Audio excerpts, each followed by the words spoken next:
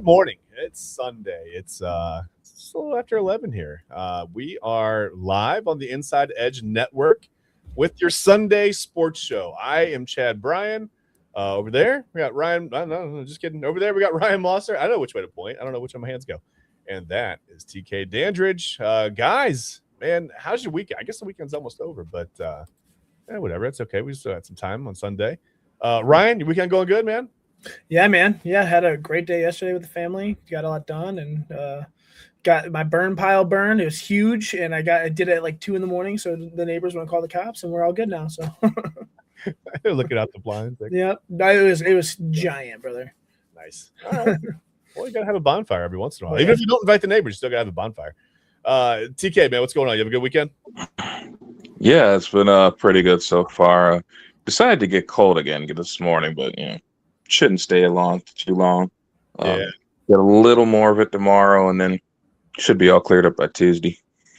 We just keep doing this, man. You and I talked about yesterday. Like, hey, it's kind of like feels like spring. It's getting a little warmer. That night, before I went to bed, there's snow all over the yard, and I'm like, man, come on, like let it go. Please let it go. What is going on? Yeah, a little bit more. I think a little bit more snow, and then we always get one big one in March or April somewhere. So I mean, I don't, I'm not disillusioned. Like I know it's coming. I just hope every year that like when it's over in February, it's over, and that's it. We actually get a normal spring, and not like the mud season or whatever that we get in Northeast Ohio. It's just mud spring. Yeah, like once it turns warm, it's just mud until like maybe mid-June. And somehow, magically, everybody around me can mow their grass, but mine stays so wet that I can barely walk on it. I gotta put a bunch of French drains in or something. But so listen, if you're watching and you know a French drain or you are a French drain person, please send them my way. I need a lot of help because I can't mow and my grass gets really tall and people go, "Hey, do you still live in that house?" Yeah, we're still here. It's whatever. Anyway, what's going on? Happy birthday, Ohio. Ohio turned 223 years old back on March 1st. 1803, it became the 17th state in the country. And I remember it, guys. It was a Tuesday. I was watching Tuesday night, ABC TV, and I thought, hey, we're a state now. So that was fun. Happy birthday, Ohio, whatever that's worth. Oh, what do we have going on? We have a pretty good show. We got to talk a lot of combine stuff. There's a lot of stuff to get into, a lot of 40 times, a lot of vertical leaps, a lot of broad jumps, a lot of shuttle cone stuff. The offensive linemen haven't worked out yet, and I find that we were talking about just before this. I find that a little bit disappointing because I mean, we need an offensive lineman or 7. So it's just like I'd like to dig into that and kind of figure out maybe which way the Browns might go with that. But we can talk about wide receivers. A lot of people were a little bit disappointed with Carnell Tate's 40 time. I think most people from Ohio at least expected about a 4.5. I didn't think that was terrible at all. I think Jerry Rice ran a 4.7 back in his day or whatever, which also coincides with my day because I'm old. But I mean, yeah, CD Lamb ran, I think, a similar time to Carnell. I did these, whatever. Andrew Hopkins 4.6, like I mean, whatever. Yeah. This hasn't held back some of the best wide receivers that we've seen in the game. So for people to freak out and go, "Oh, he's a second, third rounder," chill, pump the brakes on that. It's going to be okay. He's still a very technically sound route runner. He catches the ball very, very well. So I don't think we need to freak out and sound the alarms there. I think he's going to be okay. He doesn't have like Joe Burrow's tiny hands or anything, so I think he's going to be fine. Do you guys remember the Joe Burrow thing? He tweeted out the thing. He's like, "Well, I've been informed that I'm going to be unsuccessful, so I'm retiring because of my very tiny hands," or whatever. But that was funny. He's been okay, except for the Bengals can't keep him safe and healthy. But that's a different story. Some rumors to Joe Burrow to Minnesota, maybe. I've heard that. I don't know where there's smoke, there may be fire. No, TK saying no. He's not going to Minnesota. Don't think so. All right. They don't have enough for him. No, yeah, well, you'll have that too. I mean, I wouldn't want to stay in Cincinnati if I were him. Listen, it's not about the fans or the city or anything else. It's just if that organization isn't going to give you at least some semblance of defense and some kind of offensive line, then man, that's a wasted career. It feels like a wasted career, but whatever. It's going to be the next Andrew Luck. There you go. And maybe you would be smart to be so. And he's going to retire a week before before the damn season starts. Man, hey, Nice. sometimes you gotta send that As a message. Browns fan. Right. Which we don't get to say very often, so that's Yeah. pretty cool.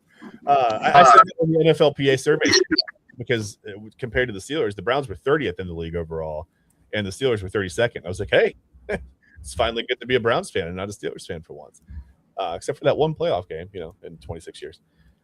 Fun times. Okay, anyway, we'll talk about the Cavs. They've got some injuries piling up very, very quickly and very suddenly, and just, of course, because we can't have nice things. Cleveland, everybody's got a broken finger, a broken thumb, a strained groin. I was laughing with TK. I looked at my notes yesterday, and I said Donovan Mitchell has a stained groin, which is a completely different topic. They probably wouldn't keep you out of any games, but it's awkward nonetheless. So we're not. It's a strained groin. We confirmed that. And then we'll talk about also we're gonna hit the Guardians up, and they've got some injury concerns already. They've got the injury bug going on in spring training a little bit. Not as widespread, but a big name that would concern you because it's happened before. So I don't like to use the words injury prone, but wow, sometimes some guys just have bad luck, I guess. So let's get into the combine stuff because it's been going on for a couple of days now in Indianapolis. We've seen Andrew Berry talk. We've seen Todd Monken talk a little bit about some things. It's Andrew Berry talking about, maybe being a little more aggressive in free agency, this and that, whatever, which I guess I was a little surprised to hear. I mean, I'm not totally surprised that they're going to be somewhat aggressive in free agency, but and he did mention that maybe next year would be the year to be ultra aggressive versus this year. For a lot of different reasons. You can only add so much, and they've only got so much cap space right now. So, but anyway, combine results. Ryan, we talk all the time about you. We've got Ryan Moster's big board. I do not have the graphic. Good. Come on, man. Cornball. No, you love it.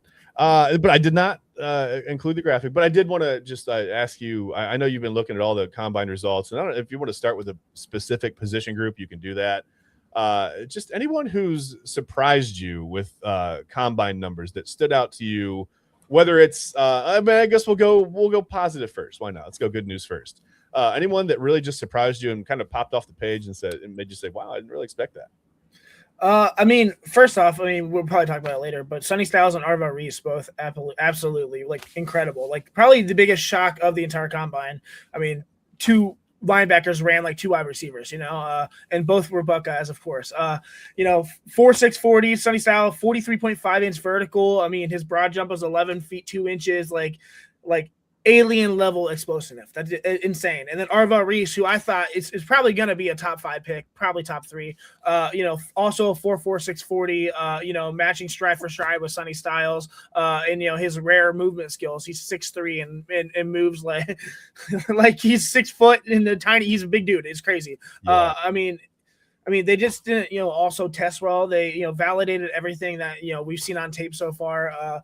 Sonny Styles showed that, he's got incredible range, incredible explosiveness. It will make him a hybrid defender in the NFL. And then Arva Reese showed, the long speed and power that make him, I think, a top 5 lock. So, yeah, the Buckeyes I did pretty well for themselves, especially on the defensive side of the ball. And I saw a lot of talk, oh man, with the defense that's good, how could they lose? You guys lost to Indiana with that deep. Well, the offense still has to do some things. Like you look at the Browns. Like the offensive line has to perform. You got to keep your quarterback clean. You got to keep him safe in the pocket. They do a very good job against Indiana or Miami, really. Yeah, well, not to mention Ryan Day called plays too, which is out of the normal as well. So yeah. I think Ryan Day is an elite head coach. I think he's an elite recruiter. I don't think he's an elite multitasker when it comes to trying to run everything on the sideline on game day. And that's not a knock on him. There's a lot going on in 3 hours, man. There's a ton to do. And it all happens in 25, 30-second increments. So, you gotta be on it. But I don't think that he's incapable of, processing things that quickly. It's just, there's too many things to do. You need to be able to delegate, and you have to trust the people that you delegate to. I think that's right. Biggest. TK, what about you, man? We talked about a little bit about it yesterday, but geez, man, the Styles brothers were ridiculous. Some of my friends, Lorenzo too. Holy crap! Yeah, come on. The 4.27 or whatever, 4.26. Insane. someone sent me a picture of them with their dad, who obviously also played in the NFL, and I thought, man, like TK, I said it to you yesterday. I was like, can you imagine the pickup basketball games at those family picnics? Like, my goodness, man. I mean, just the athleticism is like off the charts, man. It's unbelievable. But TK, anybody else that stood out to you that we haven't mentioned? Oh, well, outside of our two amazing do-everything linebackers and the young safety Lorenzo Styles, brother Sonny, I thought Eli Stowers, the tight end from Vanderbilt, was absolutely brilliant. Cousin put up NBA combine type numbers. Son had a 46-inch vert. I mean, at 6'4", 250. Brother jumping 46 inches in the air at 250 pounds. That is always going to be impressive to me. Time out real quick. I'm gonna give you your flowers. All right. I talked about Eli Stowers last week, and I said I have not seen any sort of athletic. Like he's fluid, but not super athletic, And he showed up. I saw what I saw on tape, of course, but like now that I see his athleticism, he is no longer tight end 21. I'm gonna have to reevaluate because dude showed up. So he's probably gonna be top 5 now because that's insane. Like I said, his tape didn't show athleticism like that, and that is. Right, buddy. You said I eviscerated him, and you were right. So I'm gonna give you your flowers on that. So, hey man, it happened. Hey, wait, be careful! Don't let him Vernon Golston you. Be careful. Remember, we talked about it. I don't sense any Vernon Golston or Mike Mamula here at all. One, because he's not going to go in round 1, and 2, I definitely think. This kid does everything that you want a modern day tight end to do. He's definitely fluid with route running, has very good hands, and can still block. Now, the blocking game does require a little bit of fine tuning, a little bit of refurbishing, polishing off, but I definitely think he will get to that point. You think of some of the better pass catching tight ends in the past that have gone in the NFL draft that had problems with blocking, that, take them time to get through with it for the first couple of years, but they eventually end up figuring it out. Remember David Njoku couldn't block a lick when they first got to the NFL. I think about how long it took for Evan Ingram to finally round his game out, because remember, he was strictly a pass catcher, did not want anything to do with blocking at all. Then he's like, I get the ball a significant amount. Maybe I should sacrifice my body a little bit more for my team and try to improve this aspect of my game, and he did it. Yeah. Definitely not a home blocker at the tight end position, but definitely much improved.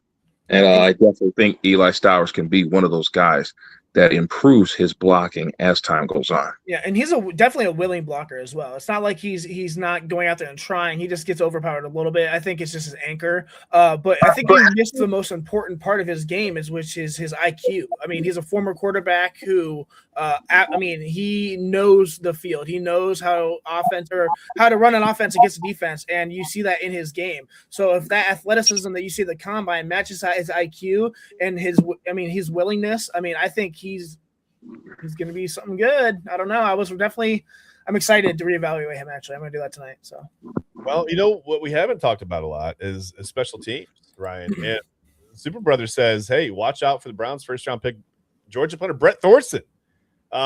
Says he totally balled out at the combine. Oh, yeah. Listen, I wouldn't put this past Andrew Berry. Maybe they'll try to make him a left tackle. We like to move people. So maybe we'll draft a punter and go, hey, listen, as far as footwork, are you more comfortable on the right side or the left side? And he'll just go, huh? I wouldn't totally put it past him. One guy we didn't talk about that I want to bring up, and I'm just trying to scroll through all the windows I have open here.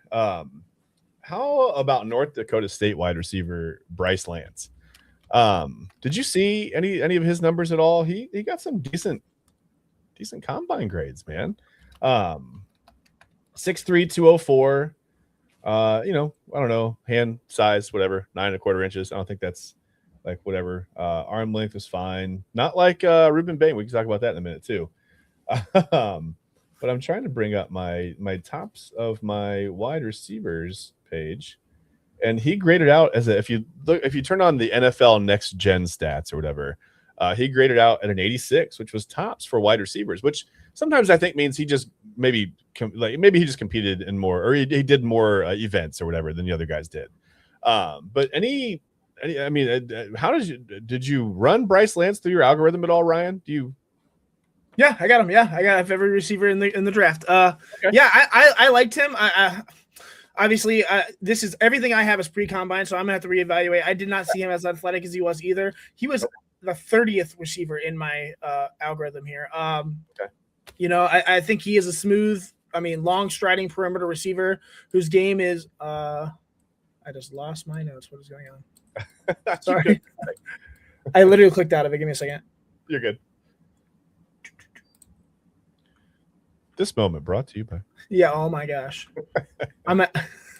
The one bad part about this is with me is I have it all in my notes, so I literally have to just scroll. So. Oh yeah, right. So give me. I wish you could put tabs in your notes so you could just like type a guy's name and find. You know what I mean? Maybe you could do that. I'm sure you could do that. This is embarrassing. Sorry. No, it's not. We got it. All right. This is riveting, actually. No, he's built on vertical pacing, like I said. His body control is great, and he has a great ability to finish above the rim as well. He's definitely a XZ hybrid with the level 3 level utility as well. Like you said, 6'3", about 205. I think his ball skills are his defining strength. He consistently, extends to the ball, attacks it early, and maintains concentration throughout contact as well. His sideline awareness is advanced, and he shows the ability to, contort his frame to stay in bounds on tight windows throws as well. This is where my problem was. Athletically, I thought he was just functional. He had functional burst, decently smooth acceleration and, coordinated movement. I did not think he was a jitterbug, but I did think that, his game translated cleanly, through breaks and maintained balance through contact as well. I thought his long speed plays up when, he wins early in routes and, allows him to stack defenders when threatened vertically. Obviously, like you said, he was a standout in the combine. I wasn't expecting that. So I'm going to go through and I have a lot of prospects to reevaluate here. But, I thought he competes with toughness. He likes to embrace contact at the catch point. He kind of boxes out like a center, blocks with real effort as well, and uses frame to, create his natural separation. So giving his athleticism, he's probably going to be ranked higher on my board. As I said, he was wide receiver 30 here. I'm excited to check him out as well. So. Yeah, that sounds all those things that you listed sound like good AFC North qualities, to be honest with you. Just the ability to use your body and use your size or whatever. And by the way, North Dakota State Super Brothers said, they're moving up. Right. They're going to go to the Mountain West. So look out, man. And you think like, okay, well, they're going to have a rough year, but we've seen teams go from FCS to FBS and immediately have success. So you never know. North Dakota State, pretty good program. So obviously they're moving up. There's a track record there, but as far as the next gen stats go, I'm looking at them. They have Bryce Lance as their top receiver from NFL.com, above Mekhi Lemon, above Jordan Tyson, above Omar Cooper Jr. And I'm looking at this top 6 list, and I don't see Carnell Tate, but again, total number of events participated in, I think, kind of plays into this too. Sure. The only thing I question with that is like his level of competition is sorely lacking too. And I stand by the film. As I say, I did not see him extremely athletic, at least what he showed up like. So we'll see how it translates to the NFL, but he's definitely way more athletic than I thought. So. Yeah, and then certain guys play up or down to their competition as well. So sometimes you never know. It's the immeasurables really that you have to pay attention to. It's like, we seem to always miss. Speaking of the Browns, as a Browns fan, we always miss on things like, I don't know, like heart. We get these guys who they pop off the page a little bit athletically, and then they get here and they have no drive, they have no heart, they have no whatever, right? Cam Thomas. Blah. Yeah, they're just players, right? They're just guys, and they're physically impressive, That first whisk of ice cold Cleveland air hits that ass in rapid time. Nate just said, "The hell with it." Yeah, that's it, man. Majority of them just said, "The hell with it." So many 4th-round picks from Andrew Berry's out. Yeah, this is a great point. I mean, the Super Bowl says the Browns just missed on guys who were just playing good at football. Time and time again. Last year's draft was pretty good. For the most part, I think the Super Brothers would probably agree with us. They got a little weird in the middle. I mean, we can all acknowledge that. It was still malpractice not to draft an offensive lineman and still take 2 quarterbacks. Yeah, that was. So, nonetheless, how great the first 4 picks were. I still think Andrew Berry should have, been fired because of, the whole totality of the work he's done in Cleveland, not just the first 4 picks of the 2025 draft. But yeah, no, I could definitely see he's making the picks, and we got to figure it out. So take Caleb Downs, you idiot. Well, yeah, and now even Caleb Downs, it was down on the list a little bit. I found some. Hold on, I gotta try to. Those nerds don't watch film. I'm scrolling through stuff too, and I can't find my. Caleb Downs graded out as an 84, which is a good prospect, but again, we don't have the complete picture. He didn't compete in every event, or not compete. He didn't participate in every event. Man, Sonny Styles grades out as a 94, just elite, and I'm excited for whoever gets Sonny Styles. I think he's going to be a better NFL player than he was a college player. That happens sometimes. I don't know. Any surprises at all? I was a little surprised, to be honest with you, that Will Kazmarek ran a 4.74. I thought he might be closer to 5. Whatever. I mean, I'm slow too. I'm not trying to throw stones, but I thought he might have been closer to a 5-second 40, to be honest with you. I just never really saw that kind of speed from him in Columbus. At times I was like, my goodness, is he like, how is he the only one in quicksand? Like, you know what I mean? It just seemed like, but maybe he's just a big guy. Didn't look like he was going that fast. I mean, not that 4. I mean, he came from Ohio University as well, to Ohio State. So there's probably a learning curve there as well. And then this year, all that competition. Yeah. So, I mean, that's crazy. Yeah. I thought there's more validation than anything I had than surprise. Like David Bailey for me is my second prospect on my board for, he's not a surprise. National media might have thought so, but I thought, his explosiveness and Ben showed up in every drill. I think, I'd even take him at 6. People are going to hate me. People are going to hate me. I don't know. I mean, I liked what I saw from Carnell Tate. I exactly his 40 is what I expected. He's not a burner, but he he's a technician.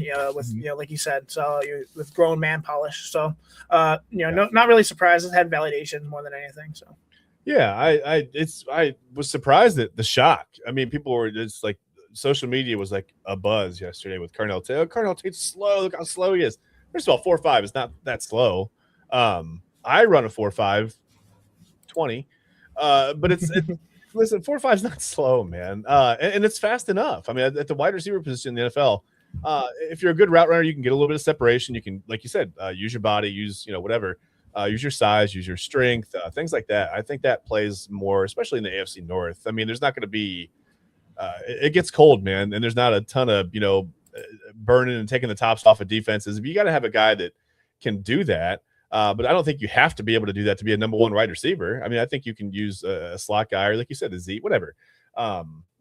There's other places where you can look to grab like the burners on offense. It doesn't have to be your wide receiver 1. He's big enough. 6'2", 190 something, I think. He measured out at. Yeah, he needs to put on a little weight. He's like 195. I would like to be 205 and still maintain his speed, but yeah. And exactly. See, that's exactly what I said at just the top of the show. Jerry Rice. I'll take route running over super, burning speed. I mean, if we can have both, that'd be great. You don't want to ever like turn down speed, but I think we've seen, the Raiders. Think about Davis drafting for speed. There was one year at the end of the first round, the Raiders, I can't remember what year it was, but they took a safety from Ohio University because the guy ran like a 4.24 or 4.26 or whatever it was. And he predictably did nothing in the NFL, I mean, you're super fast, but someone said it yesterday and it made me laugh actually pretty hard. When you're fast and you can't diagnose, if you're on defense, whatever, you can't diagnose an offense. If you're on offense, you can't really if it's a wide receiver, you don't know how to find the soft spot of the zone, whatever. You just make mistakes really fast, and that's that. I mean, you're faster than everyone, but you're not outplaying anyone. So it doesn't really show up on the field.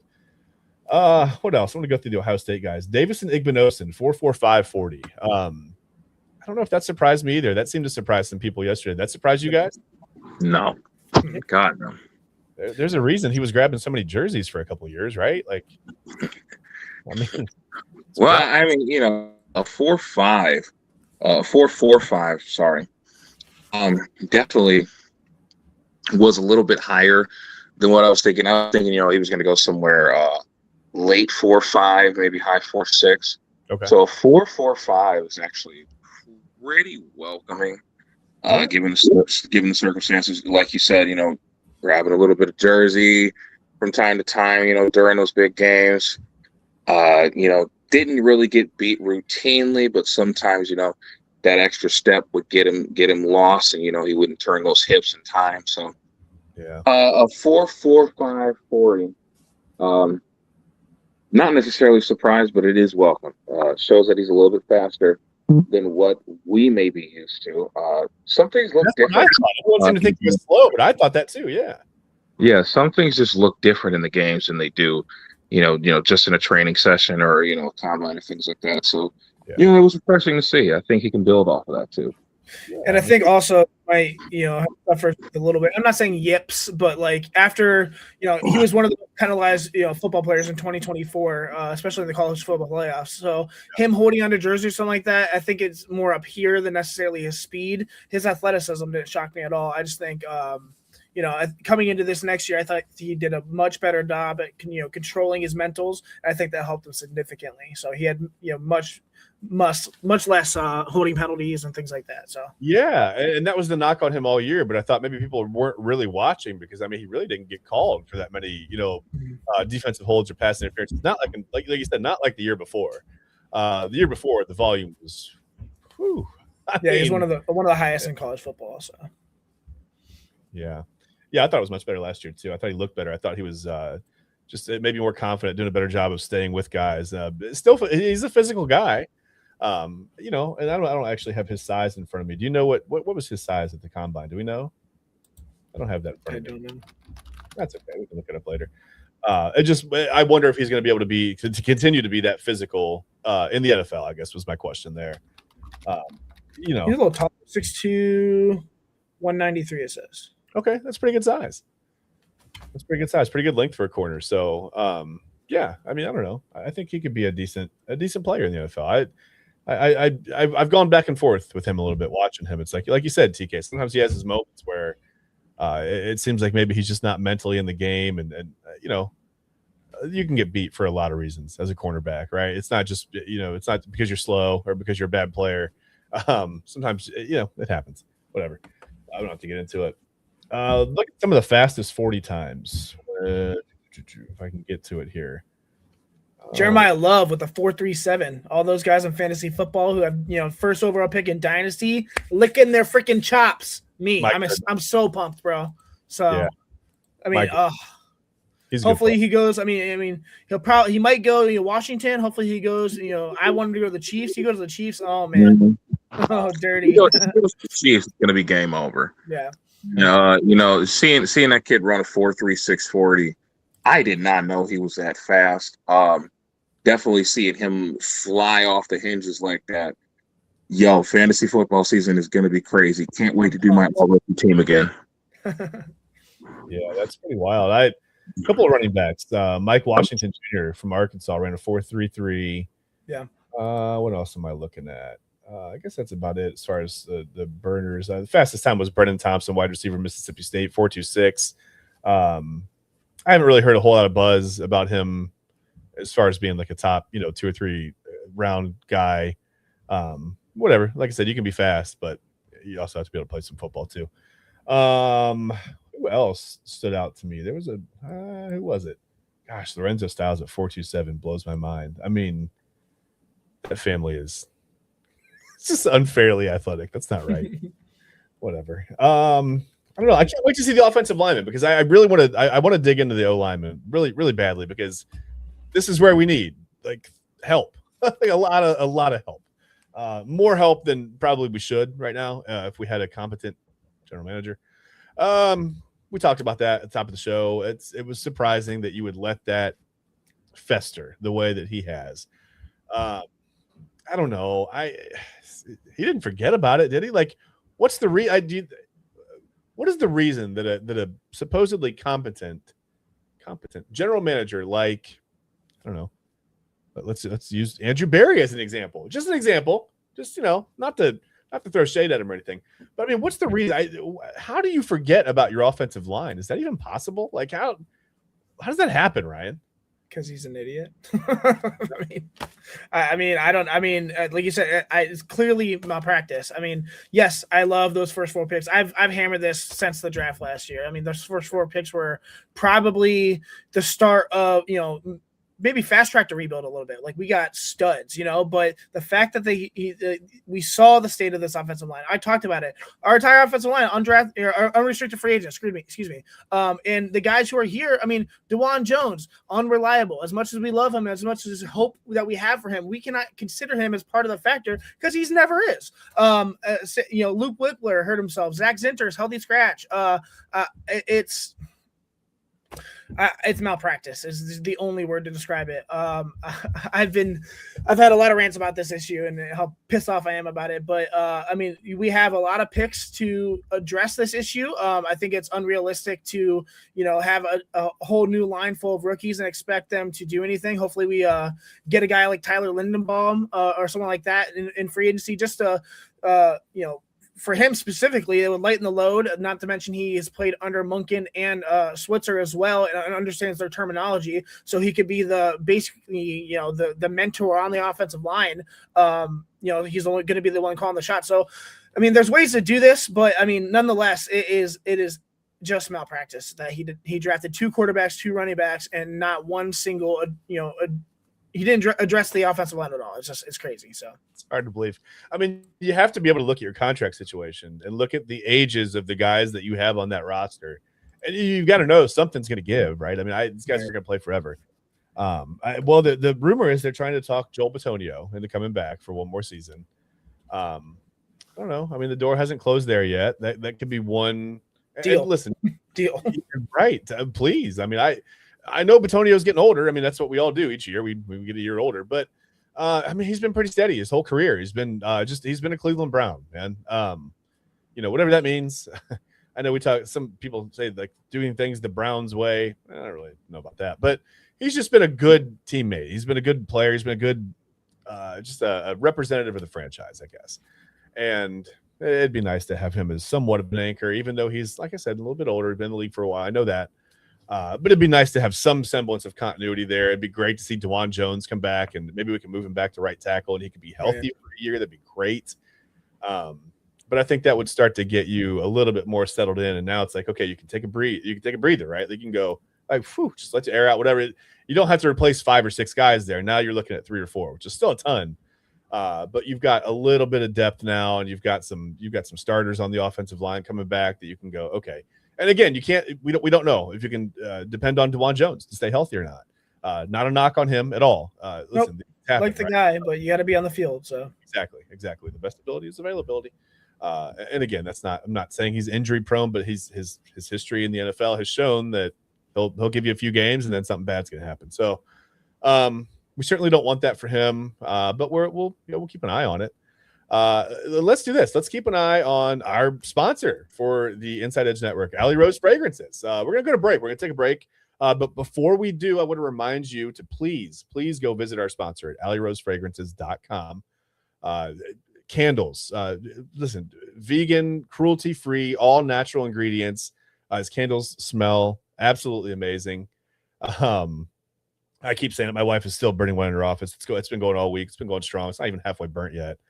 Burning like 8 or 10 hours a day, and it's mowing right through it. It smells phenomenal in our house all week. It's maybe one of the only things about the work week that I'm really starting to like. It's how good the house smells when my wife's in there in the office. So that's fantastic. But please visit alleyrosefragrances.com and use our code Inside Edge 20, capital I, capital E. It's all one word, Inside Edge 20. You see it right there on the screen. You're gonna get 20% off your entire order. She's got candles, body mists. You see right here, Lavender Lullaby. I actually ordered that one. We have Autumn Day. It smells amazing.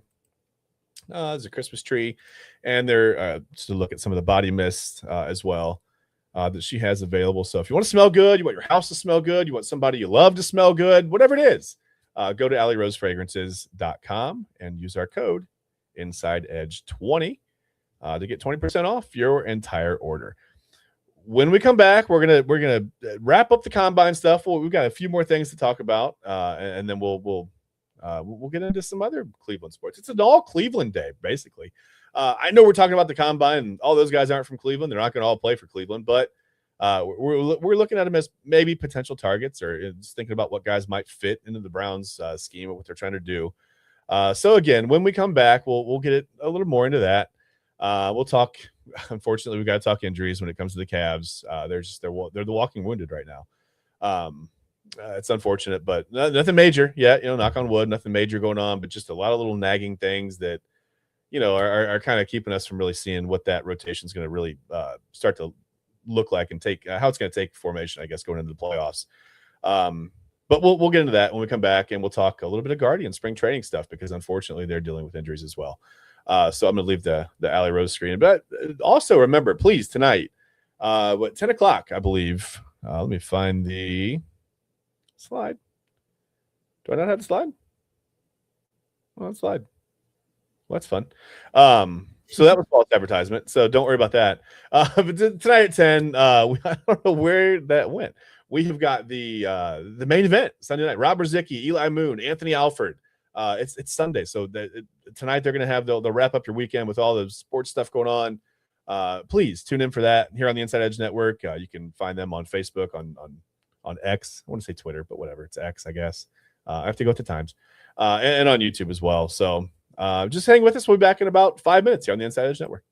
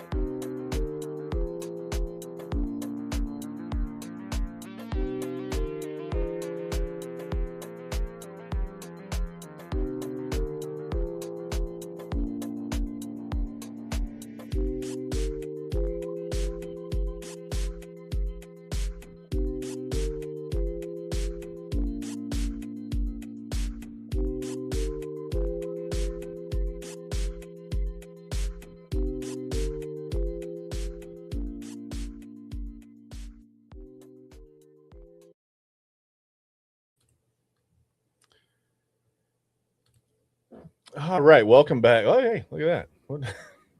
I don't know how that happened. Well, anyway, back over there.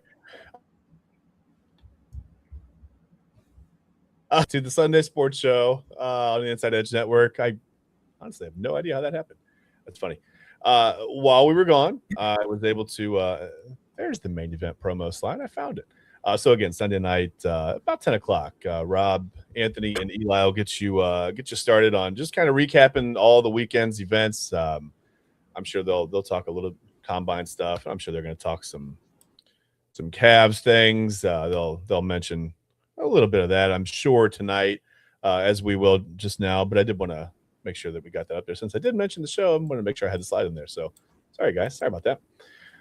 Anyway, let's put a bow on the combine stuff for now. I think let's get into just I guess, Ryan, tell me, we were gonna get into like kind of D tackles and linebackers this week.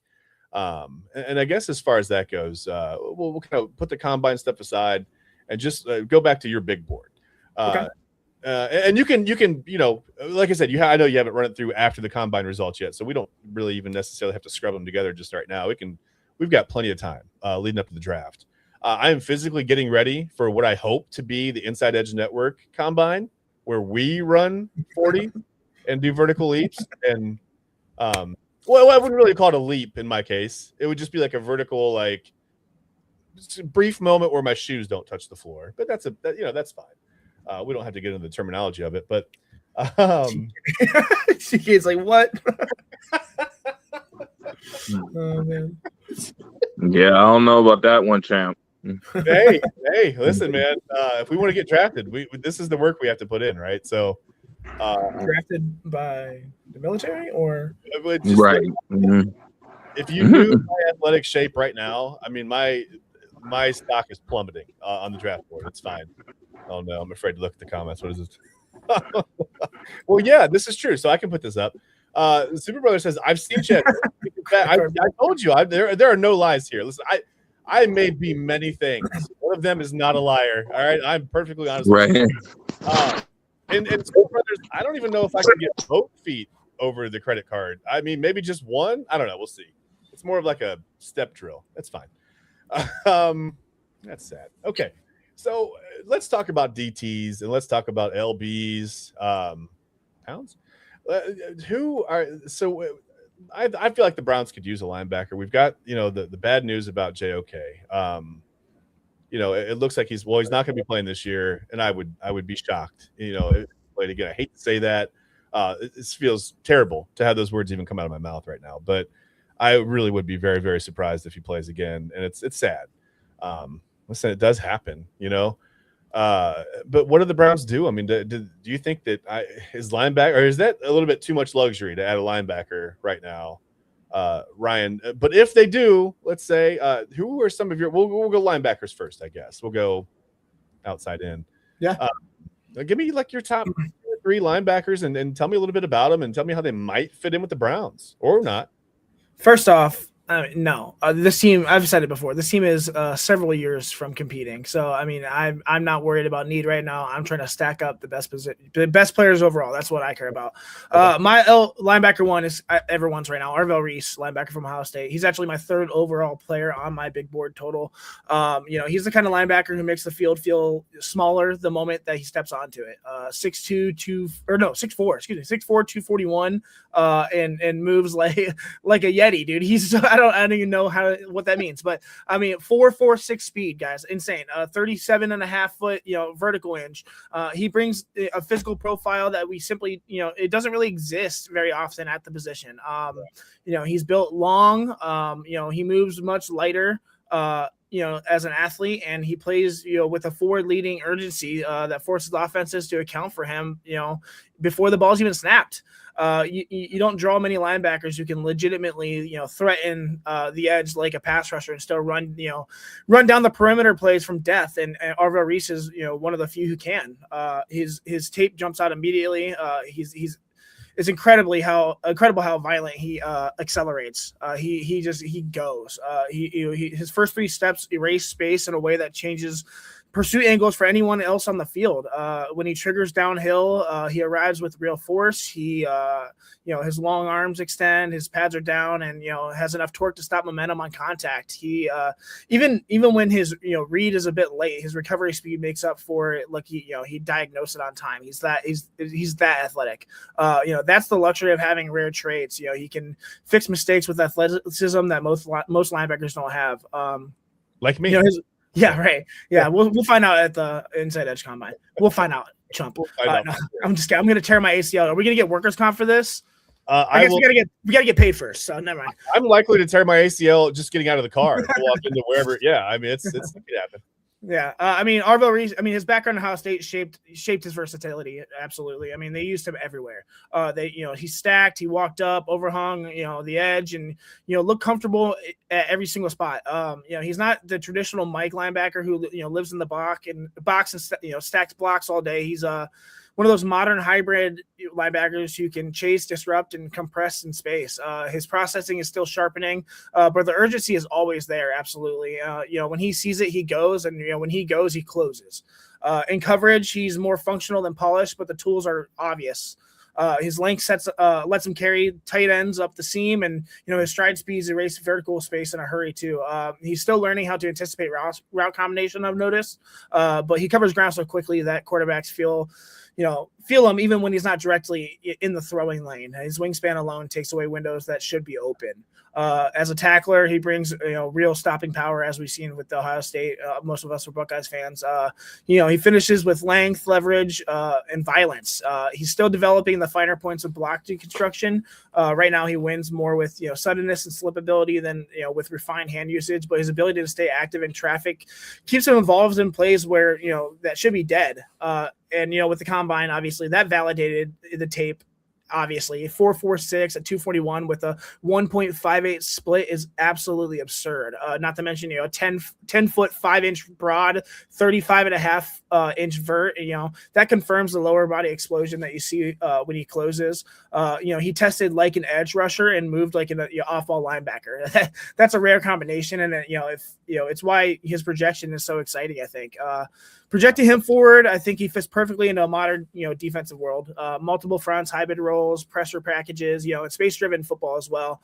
He's the defender who shrinks the field horizontally and vertically.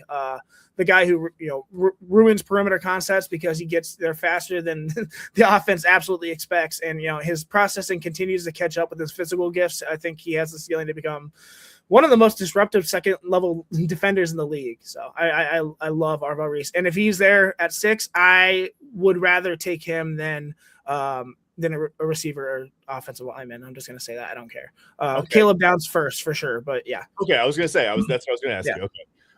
No, Ryan, I'll get to you in a second, TK, because I want to get your take on this. I'm assuming, TK, if he's there at 6, it's a yes.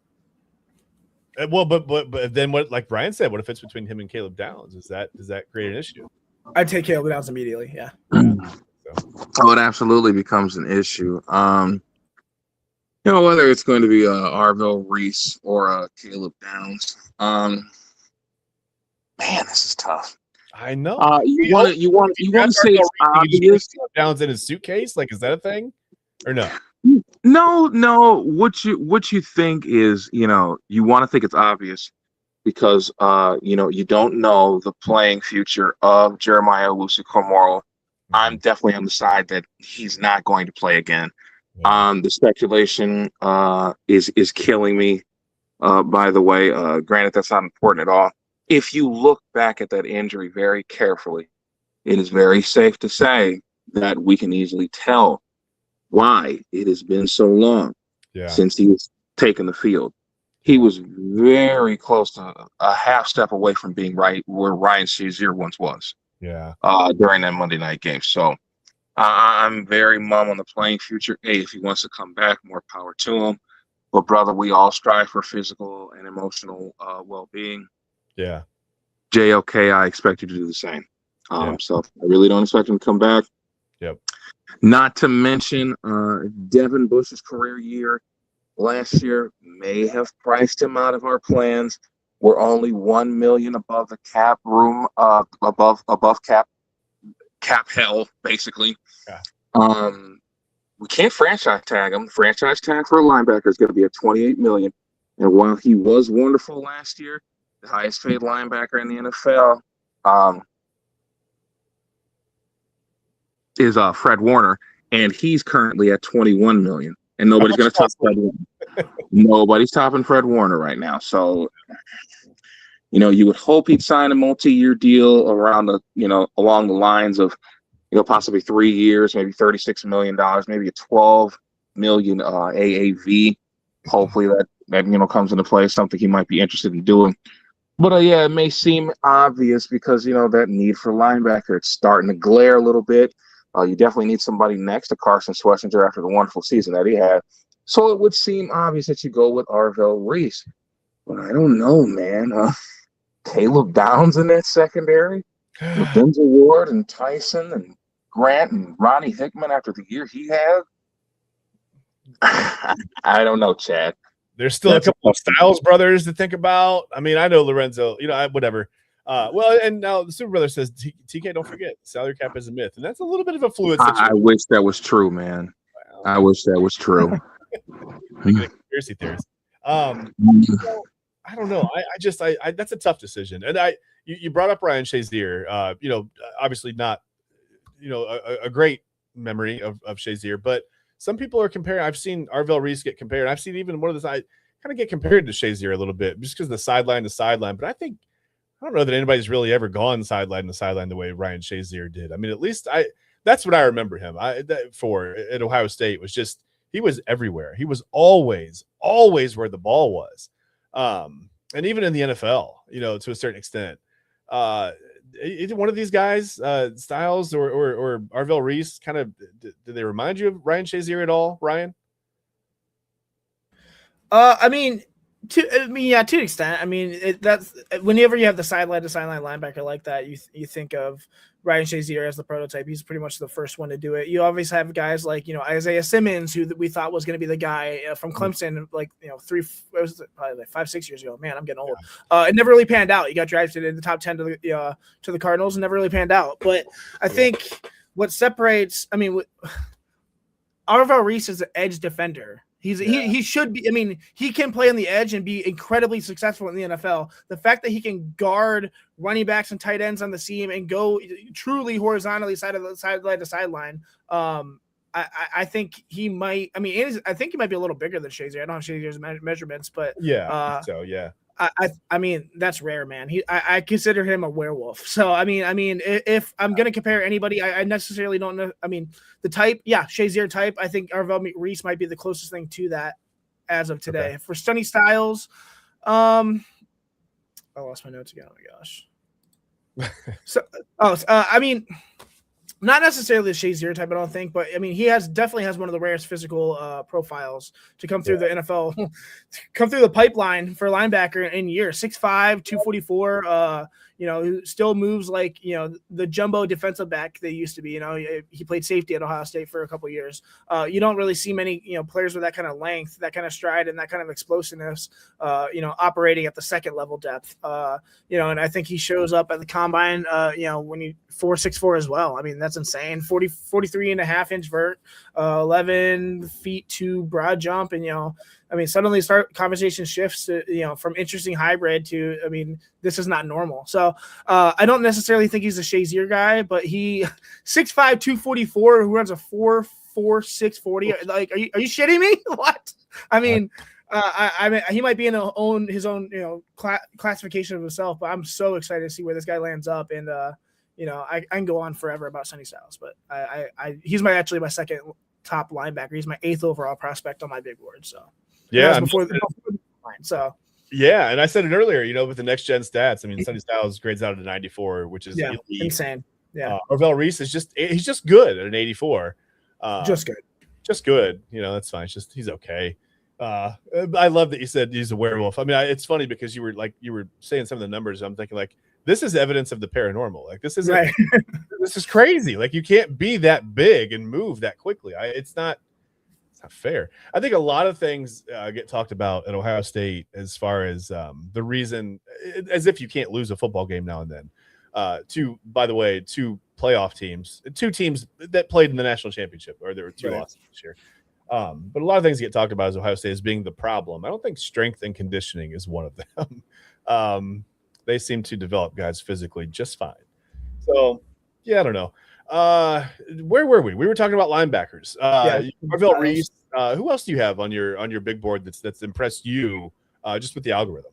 Yeah, I'll keep talking about Sonny Styles for a minute. I mean, I think what makes him, the most fascinating is not just the numbers. Obviously, I think it's the tension between what he is and what he's still learning to become. He's very young as a linebacker, and people don't realize that he's not finished at all as a linebacker prospect. He's the former DBU's still figuring out how the interior world works. I mean, he's the keys, the fits, the timing, the blocking engagement, and even with that, the developmental curve, he still produces plays that almost no one else in his class can replicate. I mean, it's not human. Yeah, that's right. Yeah, I mean, he erases space in a way that changes the geometry of a play. He carries verticals like a safety, which was great because he was one. So not only he understands how to cover very well. He closes like an edge defender. He's a matchup problem for offenses before the ball leaves the quarterback's hand. On tape, you clearly see flashes immediately, where he opens up his hips, runs, right up the tight end seam, never looks stressed at all. Plays where, he triggers downhill on screens and, detonates it before the convoy even forms, plays where he chases something down from the backside with stride length and, makes angles look unfair. Those are moments that tell you exactly why his ceiling is so high, I think. And you see the other side, the linebacker side, where his eyes are a beat late right now. The fit drifts or the angle forces him into recovery mode, but that's the gap between traits and instincts, I think. But the encouraging part with Sonny Styles in general is the gap is shrinking game by game. He's learning so quick. He's very smart. Ohio State, didn't rush his transition. They let him grow into a role, and then, you can see the comfort level increasing as he, logs more true second level reps, which I think is important. I think as a tackler, he's incredibly forceful. He arrives when he arrives under control, I would say. He finishes with authority for sure. When he's late or a little too aggressive, the pad levels rise a bit, and the strike point drifts a tiny bit. But the foundation is clearly there. His block deconstruction is functional. He's got long arms. He's got very quick separation. But they're still developing into like a true shed technique with him. With the combine, I think it validated his tape as well. He didn't just test well. He tested. I'll call him a unicorn. That's crazy. 6'5" linebacker, jumping 43.5 inches and running a 4.46 is the kind of profile that defensive coordinators start drawing packages around, before the draft card is even turned in. Yeah. Projecting forward, I think he is the definition of a modern hybrid defender.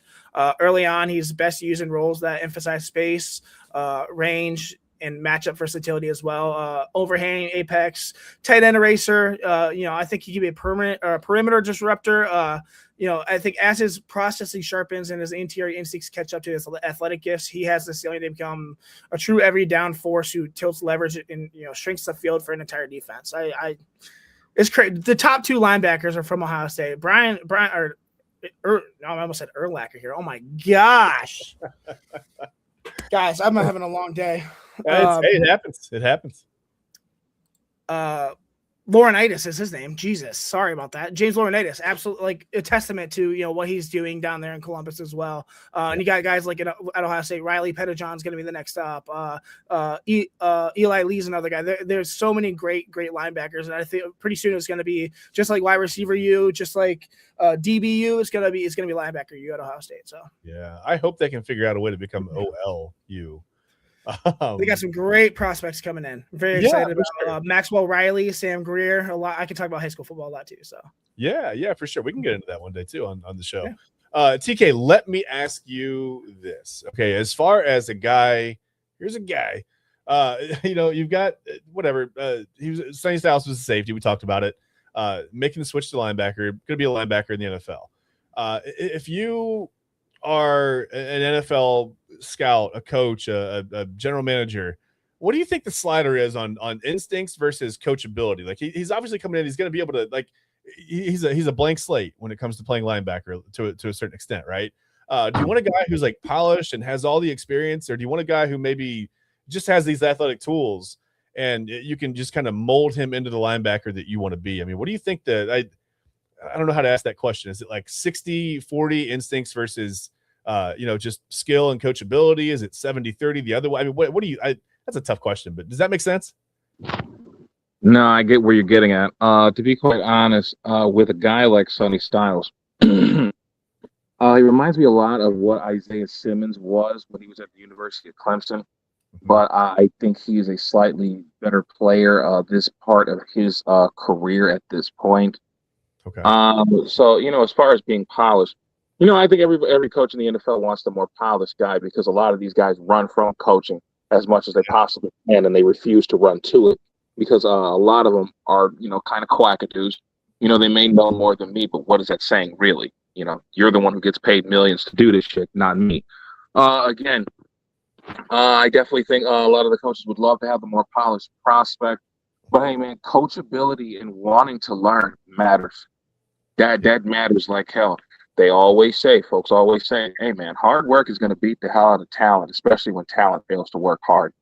And so if he wants to work hard, if he wants to learn and be able to play these multiple positions, listen, if I am a NFL coach, GM, scout, whatever the hell, I am playing Sonny Styles everywhere. Son, you're going to be at inside linebacker. You're going to be at outside linebacker. You're going to be at safety. You're going to be at defensive end. I'm going to put your ass at corner for shits and giggles just because I feel like it and I want to see what you can do. Right. David freaking Putney. Yeah, we're in the red zone. Offense is struggling. You're going in at tight end, man. Whatever. I don't care. Go catch the ball. I mean, do something. Tight end, fullback, H-back, whatever the hell. You're going to play everywhere, sir. At 6'5", 245, and with the athleticism that he imposes, you have to do something with him, if not every damn thing. Right. And if I am a coach, I am attempting to do every bit that I possibly can. I don't want him to be Lawrence Taylor. I don't want him to be Jackie Ham. I don't want him to be John Lynch. I don't want him to be T.J. Watt. I want him to be all four of them at once, if humanly possible. Hell yeah. I mean, I mean, it's fine. Right. So to stop all my damn rambling, I'm going to go ahead and answer your question and say, I honestly think in today's NFL, you want to go with polish, probably 60%, and the learning curve and the wanting to be great can take over the other 40. Because, like I said, a lot of these coaches run away from coaching. They do not run to it. That includes head coaches as well. But you would definitely like to see a guy that's like, listen, I got all this athleticism. I'm turning heads at the combine, doing this, that, and the other. My draft stock is going to rise. Maybe the tools that I have in my repertoire could use a rise as well. Yeah. So, any way I can, get some extra reps at linebacker. Granted, that is my main position. I'm still a bit void as far as experience goes at that position. So give me a little more there, inside and out. You have him do everything, inside and out. You want to pull around with the toy chest a little bit, put his ass at safety. Move him down the defensive end, have him play a little slot corner. The possibilities to use Sonny Styles in the defense are absolutely endless. So there's no reason why he shouldn't be able to make a role for himself in the NFL rather quickly. Yeah, versatility never hurt anybody when it came to getting a job, right? Or keeping a job. And by the way, Super Brother says my age is showing with my John Madden reference. Here's the guy. Boom. Right. I would have thought it would have been the gray of my beard that showed my age, but he's probably not wrong there either. And the reason I asked, TK, it seems like Isaiah Simmons, like the Cardinals had a hard time really finding the right role for him, right? It's like they didn't know how to. They had all this athleticism and all this ability, and they didn't really know how to use him. Maybe, or maybe he just had a hard time, transitioning to the NFL. I don't know. But it just felt like he had a lot of potential that didn't really ever. It just never. I don't know. It never panned out. Never got realized. So sad. I loved him. Yeah, he definitely had a lot of potential coming in to the NFL. The Cardinals didn't know what the hell to do with him. Yeah. You got this guy who's 6'4", 230, blazingly fast, not necessarily the best cover guy in the world, not necessarily big enough to be an every down defensive end, not technically sound enough to be an every down inside linebacker. Yeah. So a lot of moving and shuffling, and we don't know what the hell's going on. The last we heard of him, he was blocking a punt in the NFC wildcard game for the Carolina Panthers. So Yeah. there's still a lot of time, a lot of chances for him yet. I definitely think he'll get another opportunity. Yeah. Whether that is with the Carolina Panthers, I do not know. But I definitely do believe that this kid still has a chance to salvage his career. Yeah. We hope that Sonny Styles' career doesn't get off like that, but hey, that remains to be seen. Yeah, I who knows? Maybe too many late night with Kyler Murray. Who knows? I mean, I have no idea. It could have been totally his fault. Ryan, let's move on to D tackles. Yeah.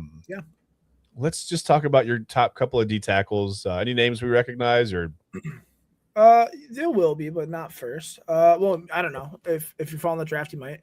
Peter Woods, defensive tackle at Clemson, is my top defensive tackle. So if you follow the draft, yeah, he's a 6 overall player on my big board.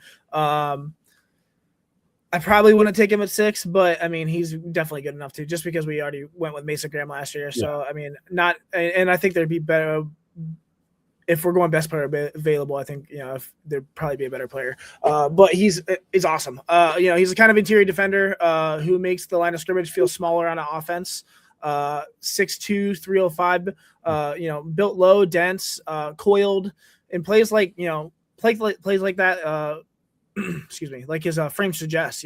Everything starts with leverage and ends with power. He's not very long. He's a rangy 3-tech. You draw up, on a whiteboard, but the amount or the moment the ball is snapped, I think he's pretty quick. He's underneath people. He's inside the frame, and he's dictating how the rep is going to go. I think what jumps off the tape with him specifically is how quickly he gets into contact and how rarely he loses it too. He fires out the ball with more burst than you would expect for his build, for sure. He gets his hand set and then immediately starts, walking guards back or locking them completely out. His pad level is consistently low, which is awesome. His base is always wide. He plays, like he understands that whoever wins leverage wins the down, and he's the guy who's going to win usually. When doubles come, he doesn't panic. He sinks, widens, fights to stay square. You can feel how much effort it takes to move him, for sure, I think. As a pass rusher, he's not just a pocket rusher who hopes something good happens. I think he has a plan usually. He'll hit you with a quick first step, then transition into power, and forklift a guard, into the lap of the quarterback if he needs to. He's got a real club grip and swim work. He's pretty decent at that as well. And he knows how to work edges instead of just running straight down the middle of a block. He's never going to be confused with a twitchy edge as well, I think. But for an interior guy, his ability to redirect, to cross faces, and to finish is absolutely starter caliber for sure. Mentally, he plays like someone who's been well coached and actually listened to his coach. He reads blocking schemes fast, down blocks, reach doubles, all of it. And you can see him adjust to his footwork mid rep and stay in phase as well. He doesn't over penetrate. He doesn't chase ghosts in the backfield. He doesn't blow seams trying to be a hero. He understands fits. He understands where the ball is trying to go, and he constantly forces it backs to hit plan B. The motor is exactly what you want from a high-end interior prospect as well. He chases down the line. He works through contact. He doesn't shut it down when the play moves away from him. There's a physical edge, the way he plays, I think. He's not just, occupying space or trying to win it, then first own it. Clemson's staff trusting him early with a loaded room says a lot too. You don't get the snaps in that program unless you're reliable, and he got them early and often. There's the combine piece as well. I mean, or lack of it. He didn't work out in Indy, which is their choice. Some of the top guys aren't doing it, so there's no 40, no jumps, no agility numbers to dress up the profile, I think. But for some guys, I think that would leave big question marks. But with Woods, it just puts more weight on what he's already put on tape, I think. You're betting on the leverage, the power, the processing, and the effort you've already seen, not a testing sheet. I think, projecting forward, I think he looks like a plug and play interior, starter immediately. He can live at 3 tech, slide into shedded looks, hold up multiple in fronts with without losing who he is. I think he's the type of defensive tackle that he might not lead the highlight shows, but he'll quietly control games by winning first contact, resetting the line, and making everything harder for an offense between the tackles. Kind of like what Mason Graham we saw this year. So exactly, that's just what I was going to say. Yep. Yeah. Any concern? He's got a little bit as far as the measurables go. His arms are a little bit shorter than you'd love. But man, Clemson just what is it with Clemson and these defensive tackles? Like, do they recruit them well? Do they develop them well? Like what? It's crazy. I'm not nervous about his hands. I mean, he's so quick to get into contact. I don't think it matters too much. Get inside. So okay. Yeah, but Clemson's defensive tackles are on another level, so they're always so good. Yeah, and it didn't matter. We've seen defensive coordinators come and go, and it doesn't seem to matter. It's bizarre. Some schools just have the knack, right, to get those guys. And it's got to be something within the coaching staff. Somebody's developing these guys. TK, Peter Woods. Any thoughts on Woods? I mean, is he one of the top defensive tackles to you? And I'm glad you said Mason Graham, because everything you were describing was like, well, this is everything we wanted out of Mason Graham. And for the most part, everything that he had basically done all year. I'm not so concerned about I don't care about a 40 time for a defensive tackle. Do you care about that? No, I don't care about that at all. It's irrelevant. I can't, unless you're chasing down a quarterback from the backside, and then hell, you're probably in trouble anyway if you got a defensive tackle chasing down the quarterback from the backside, trying to get him on the sidelines. TK, any thoughts on Peter Woods? I like Peter Woods a ton. I definitely think he is another guy that versatility comes to mind. Obviously at 6'2", 300, not necessarily the ideal 3 technique. But he does have the talent. He does have the toughness. He does have the charisma to go out there and play the 3 technique position. Of course, he can obviously play in a 3-4 as one of the ends. I like the kid a lot. I really like him a lot. As far as players that he kind of reminds me of, he's got a little bit of Zach Allen to him. If you watch him out there. In them trenches, he can definitely, like I said, not necessarily the ideal 3, but can play the 3. It is a damn good 3. Can also play in that 3-4 set. So I really don't think he'll get lost in the shuffle, regardless of what defense he goes to. I definitely still see him being one of the first 15 picks of the draft, and I do believe that other than Ruben Bain and David Bailey. Very well. I don't even know what to consider David Bailey anymore. Is he a defensive lineman? Is he a linebacker? I'm not really sure. I think I'll be able to answer to that soon. Yeah. If we're going to go offensive lineman, he's definitely in the top 5 of defensive linemen. And I do expect him to be a top 15 pick and be an immediate impact player as soon as he lands on whatever NFL team he gets chosen by. Okay. All right. I think that's fair. A lot of talk about short arms for defensive tackles this year, right? Ryan, I'm curious to see who your other defensive tackles are, your top couple guys. Who's your next guy? Yeah, number 2, Caden McDonald, defensive tackle at Ohio State. He's the 21st overall player on my big board, so still in the top 25 there, projected first-round pick. I think Caden McDonald is the definition of a space eater who actually understands how to weaponize his mass. He's 6'3", 320 pounds. He's a big dude. And he's built like a boulder. He plays like 1-2, low, heavy, and possible to move when he decides he's not going to go anywhere. Some interior guys, rely on what'd you say? It sounds like my kids when they decide something. Yeah. Some interior guys rely on sides without really knowing how to use it. That's not Caden McDonald. He's the absolute opposite. He plays with intention. He plays with leverage. He plays with the kind of stubbornness that makes offensive coordinators rethink running anything inside the A gap. What jumps out immediately is how naturally he handles contact. Most big bodies, get tall when they're stressed. He sinks. He absorbs force, drops his hips. Turns double teams into stalemates.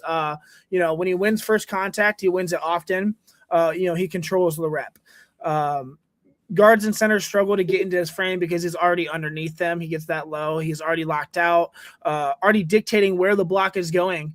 He's the type of defender who makes linebackers look faster because he keeps them clean.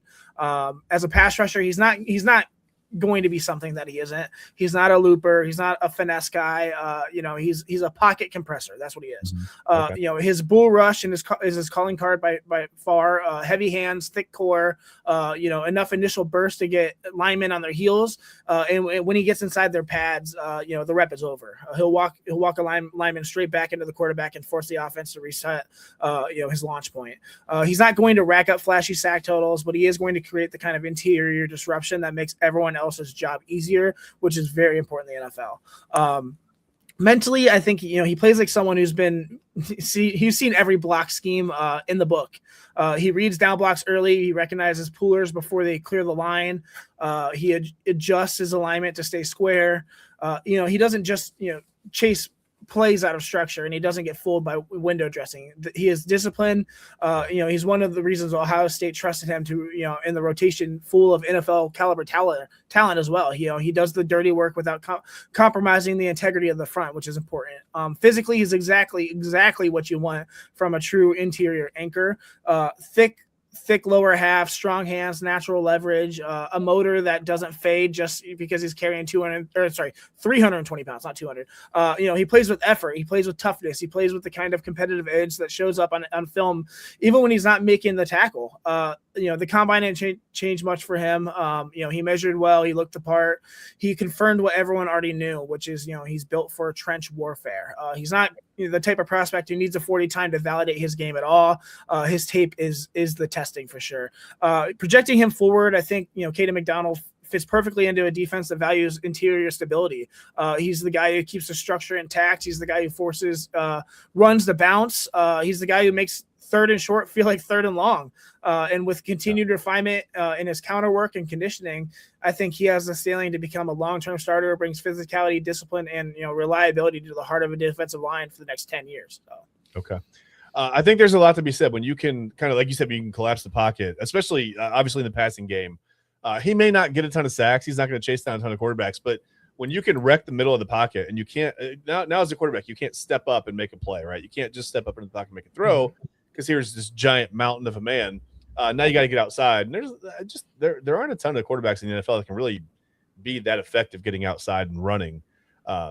Even some of the fastest guys. I mean, you find out the speed of the NFL game is very, very it's lightning quick. So yeah, I mean, I think we saw the Seahawks have some success in doing that same thing. Just with that guy that just wrecks stuff in the middle. Obviously some stunts and twists and disguise some things as well, but that comes with the territory as well.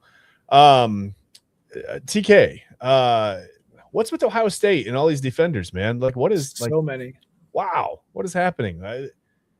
Is this a development thing or a recruiting thing? Is it both? Gentlemen, this is the new world order of Ohio State Buckeyes football. This is exactly the way that things are supposed to be for at least the next 10 to 15 years going forward. I definitely believe that 5 of the first 6 selections will be Buckeyes in this draft. And they're all going to go back to back. It's going to be 2 through 6. They're all going to be Buckeyes. I don't know. It's going to be a lot in the top 10. I don't know about 2 through 6 though. That'd be amazing.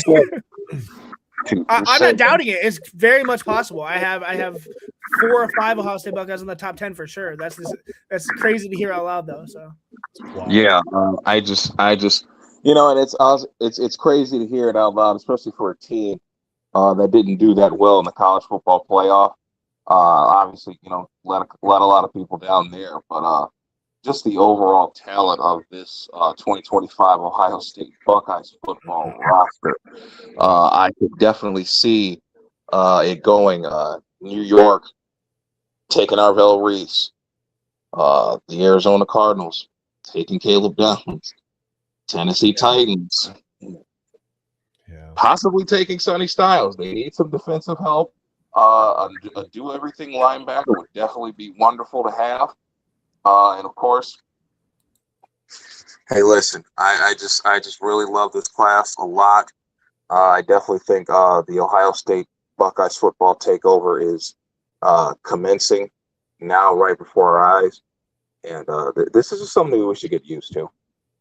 Well, how long is Matt Patricia going to be there? I mean, do you TK? Do you feel like he stays 4, 5, 6 years, or do we only have maybe 2 more seasons? Son needs to stay there and become the grand poobah of Ohio State University. Period.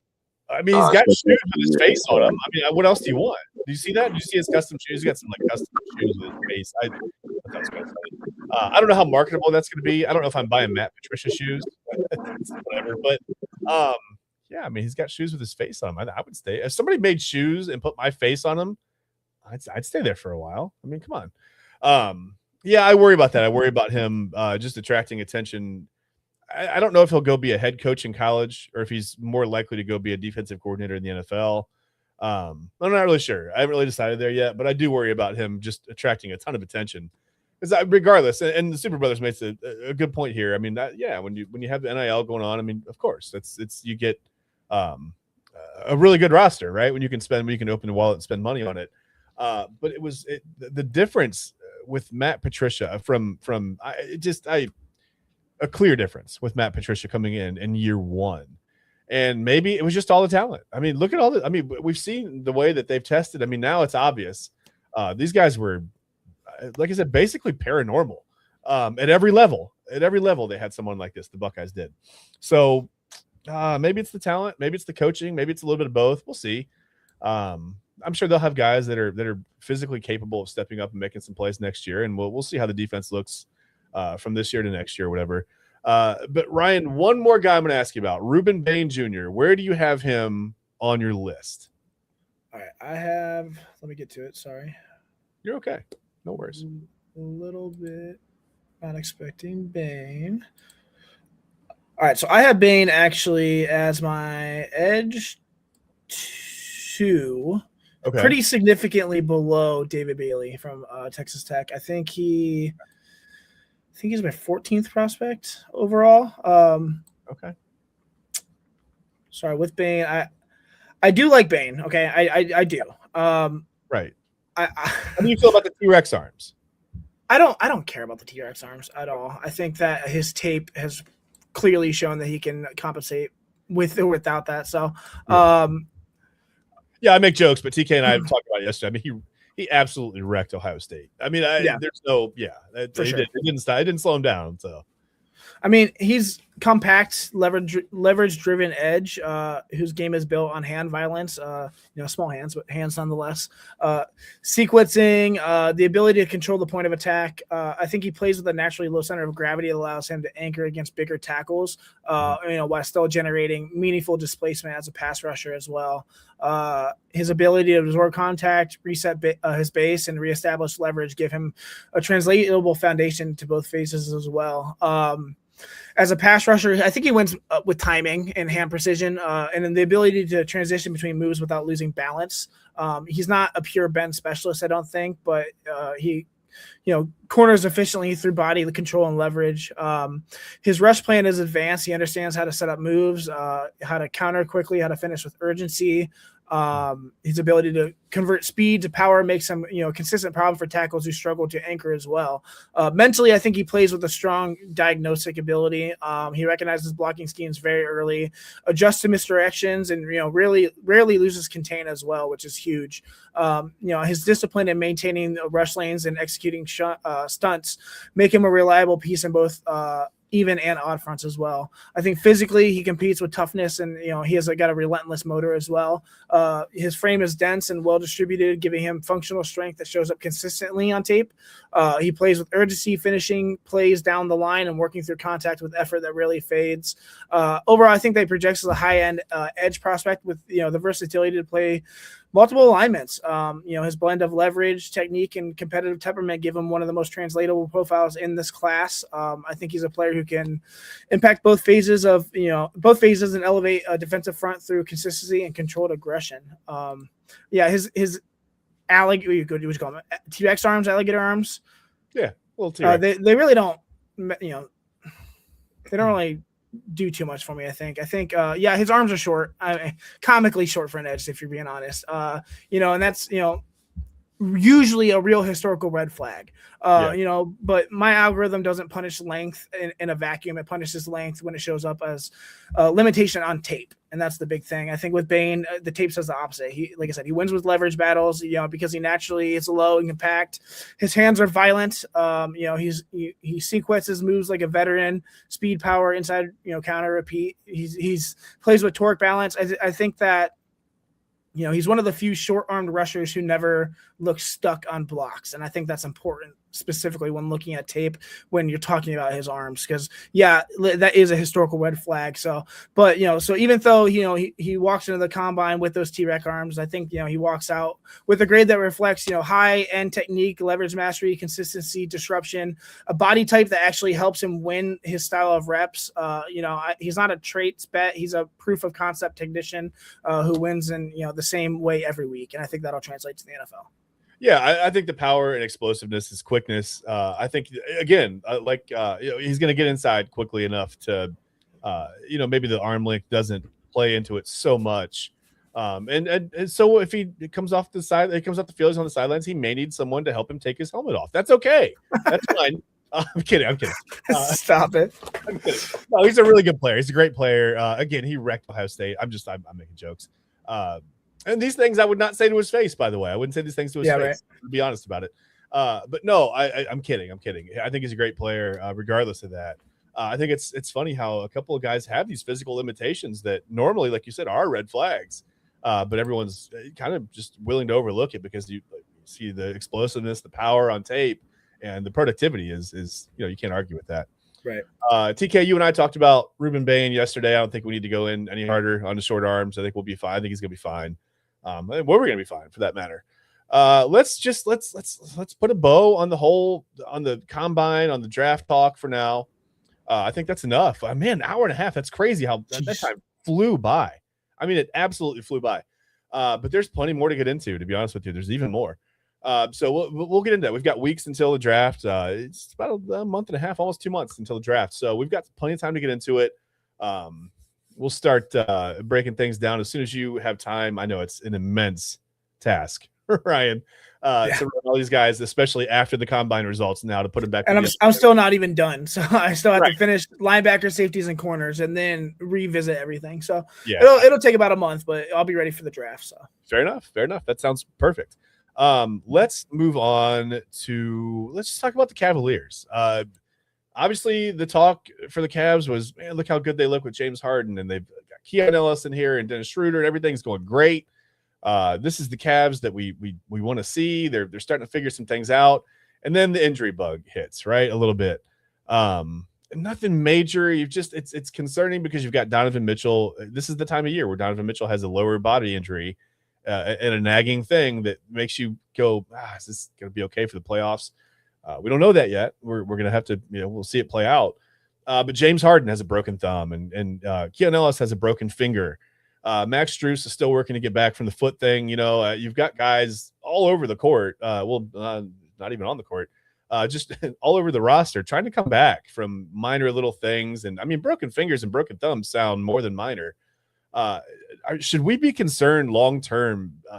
TK, I don't know. I mean, how much does a broken thumb on his non-shooting hand affect James Harden? How much? Keon Ellis, we weren't really looking to him to. It's not like he's pumping in 25 a night anyway. Can he play with a broken finger on his shooting hand? Does that affect him defensively? Should I be scared going into we're transitioning into playoff time? Should I worry about these little injuries, these little nagging things with Donovan Mitchell, the groin, again, strain, not stain? Should these things worry me as a Cavs fan, TK? I definitely think the most worrisome injury that we have is obviously Donovan Mitchell to his groin. But at the same time, I'm just looking at these injuries overall, and I'm like, you know what? Listen, I'm not the one to downplay injuries. I've never done that. I never will do it. These are injuries that can be healed and can be managed correctly before playoff time. Okay. It is March 1st. Playoffs don't start until the middle of April. We have time for these guys to get back in their groove, to heal, and to be able to be the best version of themselves as humanly possible. Now, I'm sure he can probably play with the broken finger, but having that nagging pain and discomfort all throughout your appearance, you can't be the best version of yourself that you possibly can be. Yeah, sure, he probably has no problem going out there and laying his body on the line for the team. At the same time, are you getting the best me that you can possibly get?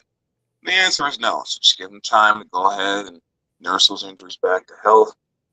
Don't necessarily have to wrap them up in Teflon, but, just notify that, hey, these are a thing.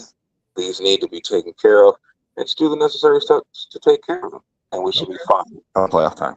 All right. Well, TK, you won't let me wrap these guys up in anything. You said no to bubble wrap yesterday. Now no Teflon today. Is there any material that you'll agree to? Anything?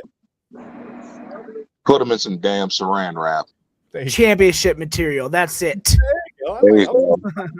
Championship saran wrap. I'm for it. Let's start a business. By the way, did you guys see this? Look how good they look when the horn wouldn't stop. Did you see that? I guess there was a power surge in the arena the other night. The horn was literally going off forever. I mean, the games I played, that's hilarious. That was wild. I never experienced anything like that. And I know those poor fans in Little Caesars Arena had the meanest migraine ever. My goodness. Was going up, because you see how loud the arena got once they finally got the horn off. Right. And then of course, hearing the manual air horn for the first time, son, I about fell over. That was the funniest damn thing that I had ever experienced. He says, you think they got some free pizza? Maybe. Listen, if you guys missed it, we have the whole 12-minute video. Let me pull it up. No, I'm kidding. Just watch 12 minutes of the horn going off. Ryan, I don't know. I mean, I can't wrap him up in bubble wrap. I can't wrap him up. So I guess I have to move on to championship saran wrap is what I have to do. Yeah. I don't know. Are you concerned about Donovan? Donovan Mitchell's the one that worries me the most with the groin injury. Like I said, every year at the end of the year, and it's not a Donovan Mitchell thing. I'm not blaming him. We've asked him to shoulder a ton of the load here in Cleveland the past few seasons. So it just seems like every year around this time of year, boom, something lower body happens. There's my John Madden reference again. Didn't mean to do that. Whatever it is, the calf, it's a lower body injury every year. Is this year's, limiting injury for the playoffs, or is he going to be okay? I mean, like TK said, we got time, and that's the most important thing. I mean, Cavs fans aren't really panicking because of one injury. The timing is awful, and it's always at the end of the year. It's always at the back half. I mean, you make the Harden trade, and you raise your ceiling to finally have the chance to break through the second round, hopefully, and then you make a move because you believe your core is ready to take the next step, but then you can't build continuity with your stars in and out of the lineup. It doesn't help that they've only had like 3 practices since Harden's been on this team. That doesn't help at all either. But I mean, you can't build a playoff identity when your rotation changes every single night. And you definitely can't evaluate, the Harden, Mitchell, Mobley trio, when they barely shared the floor together. The anxiety isn't about the talent. It's about the availability. I think that one thing that works in their favor right now is the schedule. Cleveland has one of the softest remaining slates in the league. I said slates, and that matters. It gives them the breathing room. It gives them, the winnable games, even while shorthanded. It gives them a chance to stay in the top of half of the East without having to, play a perfect basketball game, which is important. I think, the stretch isn't about style points. It's about staying afloat while the roster stabilizes and gets healthy. Yeah. The next few weeks are all about survival and timing. I think. I mean, Harden's thumb, has to heal cleanly. I mean, you have to use both hands to be able to dribble the ball, let alone facilitate, shoot. I mean, it's unrealistic to think that even though it's your offhand, the tip of your thumb is not important. I think, at any time you re-aggravate that injury as well, you might be restarting your timetable as well. So, I don't know. They just need him healthy. If that means sitting him, it's a 6 to 8 week recovery. Some people are saying that's a long time, but obviously.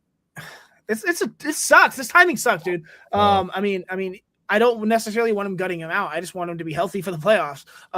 Mitchell needs to get past the groin issues without setbacks. That's the most important thing as well. And as we've seen for the past few years, those things linger. Let's get him healthy. Mobley needs to keep trending upwards as well. His recent performance against Detroit was awesome. He was aggressive, confident, dominant. It was probably, the best sign this team has had in weeks, but it's also kind of sucks that he's doing it while he's the only one on the court, and without the stars. If they can get 2 of the 3 stars healthy in a given time, I think they'll win enough games to hold their position. But I mean, I don't think that's important. I think the East is wide open. I think, even as long as we're healthy, I think we have a very good chance of going far in the playoffs. This team enters the postseason with Harden, Mitchell, and Mobley all available. They're absolutely still in the mix to win the East and probably, dare I say, the NBA championship. Even with the loss in Detroit, the Cavs walked out of the locker room, believing that they're the better team. And honestly, they didn't sound delusional. When they're whole, they have the talent, they have the versatility. I think now the defensive backbone to beat anyone, especially with the addition of Keon Ellis and Dennis Schroeder. But the margin for error, I think, is gone. A compromised Harden changes the offense. A limited Mitchell changes the spacing and shot creation. Evan Mobley missing time changes the entire identity of the defense. But the ceiling hasn't changed. The path to, reaching it still just got a lot tighter. I think, there's no need to panic. As TK said, let's get healthy. That's the first and foremost, absolute thing they have to do. I think the schedule gives them a cushion, which is very important, but, the playoffs absolutely won't. This team still has the talent to make a run, that the front office envisioned, that we all envision. I truly envision when we traded Darius Garland, and I love Darius Garland, they just need the bodies to match the blueprint, I think. So. Okay. Well, that makes me feel a little better. I mean, I think you're going to have to manage Donovan Mitchell's minutes, right? Don't tell Adam Silver. Don't go medieval on you. Right. So weird. Whatever. I get it. I mean, you don't want a watered down product. People pay good money to go see it. Paying these guys plenty of money with the NBA contracts are just wild. Yeah. I get it. You want them on the floor. I understand. But also, guys, the playoffs are the main thing, right? Like that's what guys want to be healthy for the playoffs. So let's not penalize them too much for getting some rest down the stretch. But whatever. Not my league. I'm not the commissioner. I don't run it. I can't make decisions for him. You brought up the Cavs schedule, but it's weird. They play Brooklyn today. They're at Brooklyn today. They play in that they're at Brooklyn. That's fine. Rematch with Detroit. We'll get to do that again, and then they've got 5 days off until they play Boston at home again. I thought that was just weird. Like it's like another little mini All-Star break. You got like a 5-day break there in the schedule, which is odd. I can't find another 5-day break anywhere on the schedule. I don't even know if that's like that for the rest of the league. I have no idea. I told TK yesterday, it's like Pee-wee ball. Like a team didn't have enough players, so they canceled a game or something on like the 5th. Right. It's so weird.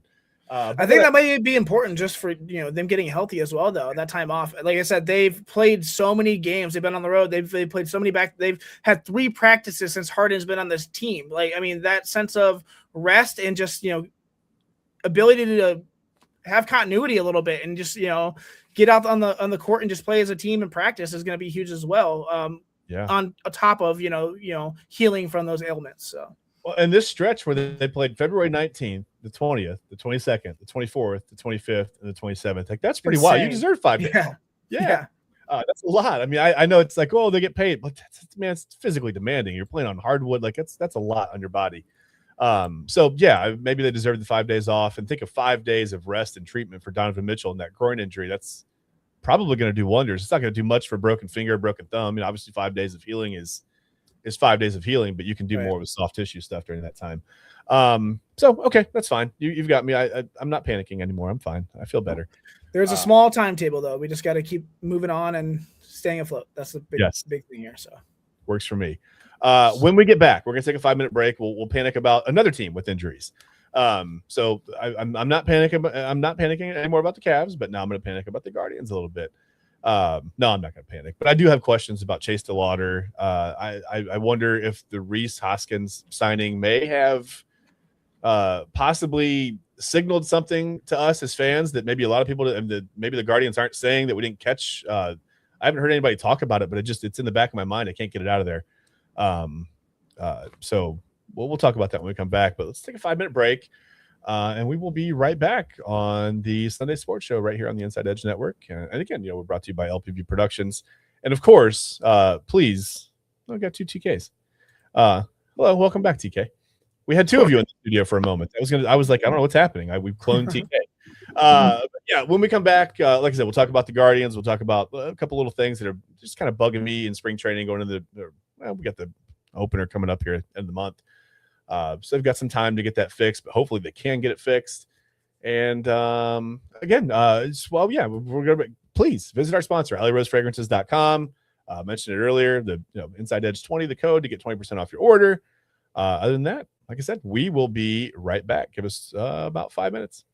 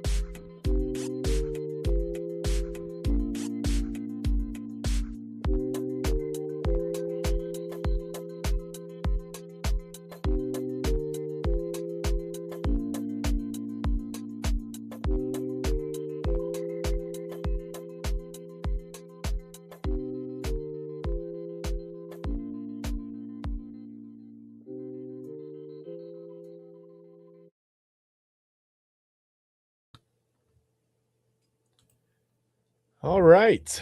Welcome back. Welcome back. It's a little after 1 here on the Sunday Sports Show. We are brought to you by LPV Productions, by our network-wide sponsor, Allie Rose Fragrances. So please remember to visit her, allierosefragrances.com. And of course, we're here on the Inside Edge Network. So while I've got you, while you're watching, while you're listening, while you're whatever you're doing, you may be multitasking. You may just have us. Maybe you got us on some earbuds, and you're cruising around the house doing some work. You're not in the yard. Well, my yard's a puddle. I mean, we've talked about how bad my yard gets. Whatever. I won't be able to mow until June, but that's fine. While you're doing whatever you're doing, if you're watching us, if you're listening, whatever you're doing, just take the moment just to click over and follow us. And I've put up we're everywhere. We're all over social media at Inside Edge Net. We're on YouTube, right? We're on Twitter. If you're watching us on Twitter right now, just creep over and maybe back out for 1 second, find our account, click the follow button, and then get right back into the show. Don't miss anything. Don't want to miss anything. But please follow us on Twitter. Follow us. Subscribe on YouTube, right? Make sure that you are in the position to be notified when we go live, so you never miss anything. We've got so much talent and so many shows on the network. You don't want to miss anything. Again, tonight we'll have the main event, 10 o'clock. Ryan. Rob, Eli. I don't know. Ryan may be on. Who knows? Rob, Eli, and Anthony will get you. They'll cap off your weekend with a little bit of sports talk, whatever's going on. My wife would kill me, by the way. No way. Yeah, Ryan will not be on that show tonight. No, we don't want that. We want Ryan to stay alive. That usually is better, just for going forward type situations. So no Ryan deaths. We don't want that. But yeah, follow us. We're on Instagram. We're on TikTok. We're all over the place. So please, wherever you see the Inside Edge Net logo, give us a follow. We're like I said before, we're grassroots. We're building this whole thing from the ground up. We appreciate you in here watching, but your support matters as far as follows go too. So please follow, like, subscribe, whatever social media. Like I said, wherever you find us, just please give us a follow, give us a like, comment on our things. Please engage with us.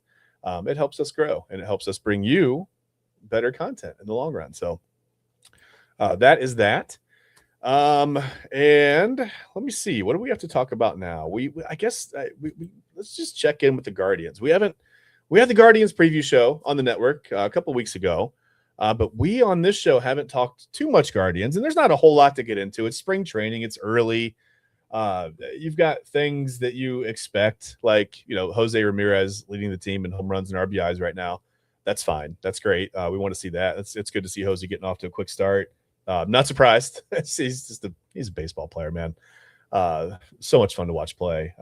Glad he's here in Cleveland. I can't say it enough. Just appreciate Jose Ramirez and everything that he is, everything that he stands for. Amazing to have him be such an integral part of this franchise. Not just a blip on the radar like some guys. Whatever. Some guys come and go and they make a huge impact. But man, Jose's he's a Guardian. He's a Cleveland guy through and through. So that's awesome to see. But what concerns me right now, guys, Chase DeLauter was scratched a couple of days ago, I think Wednesday of this week, with a lower body injury. The Guardians don't typically say too much about what's going on injury wise, and that's fine. That's okay. We don't need, whatever. We don't need all that information, I guess. But what I am concerned with, you've got Stephen Kwan.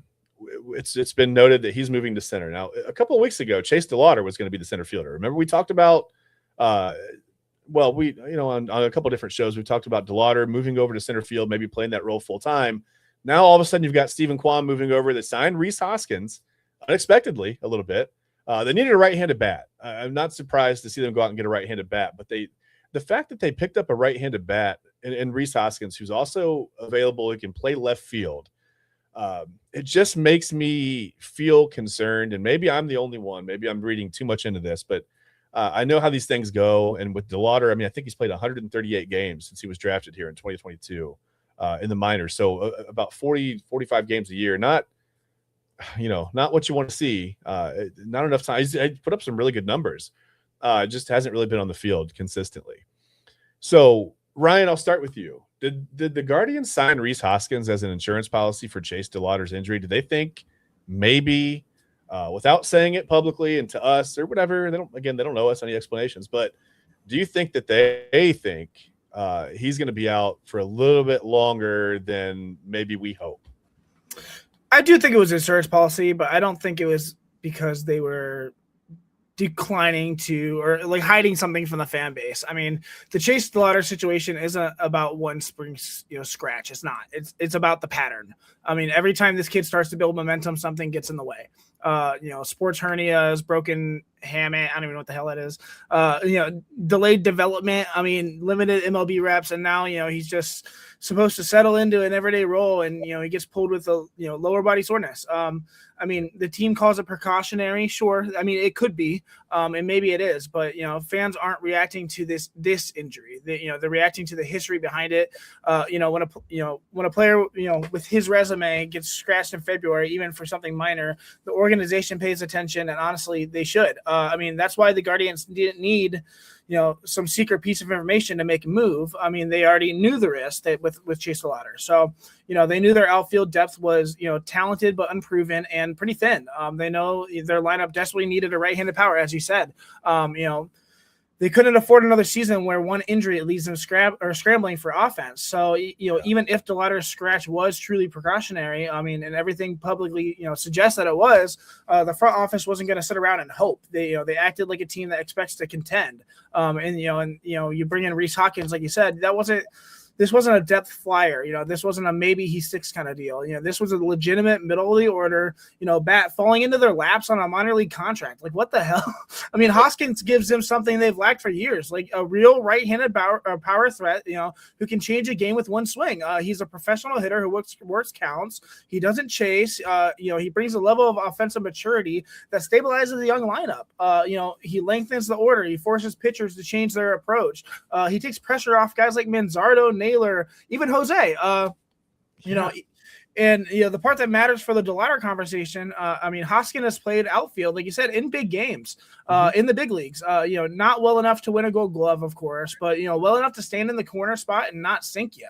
Early in his Phillies career, he logged real innings in left and right because they, needed his bat in the lineup, and he just wanted to play. So they threw him in.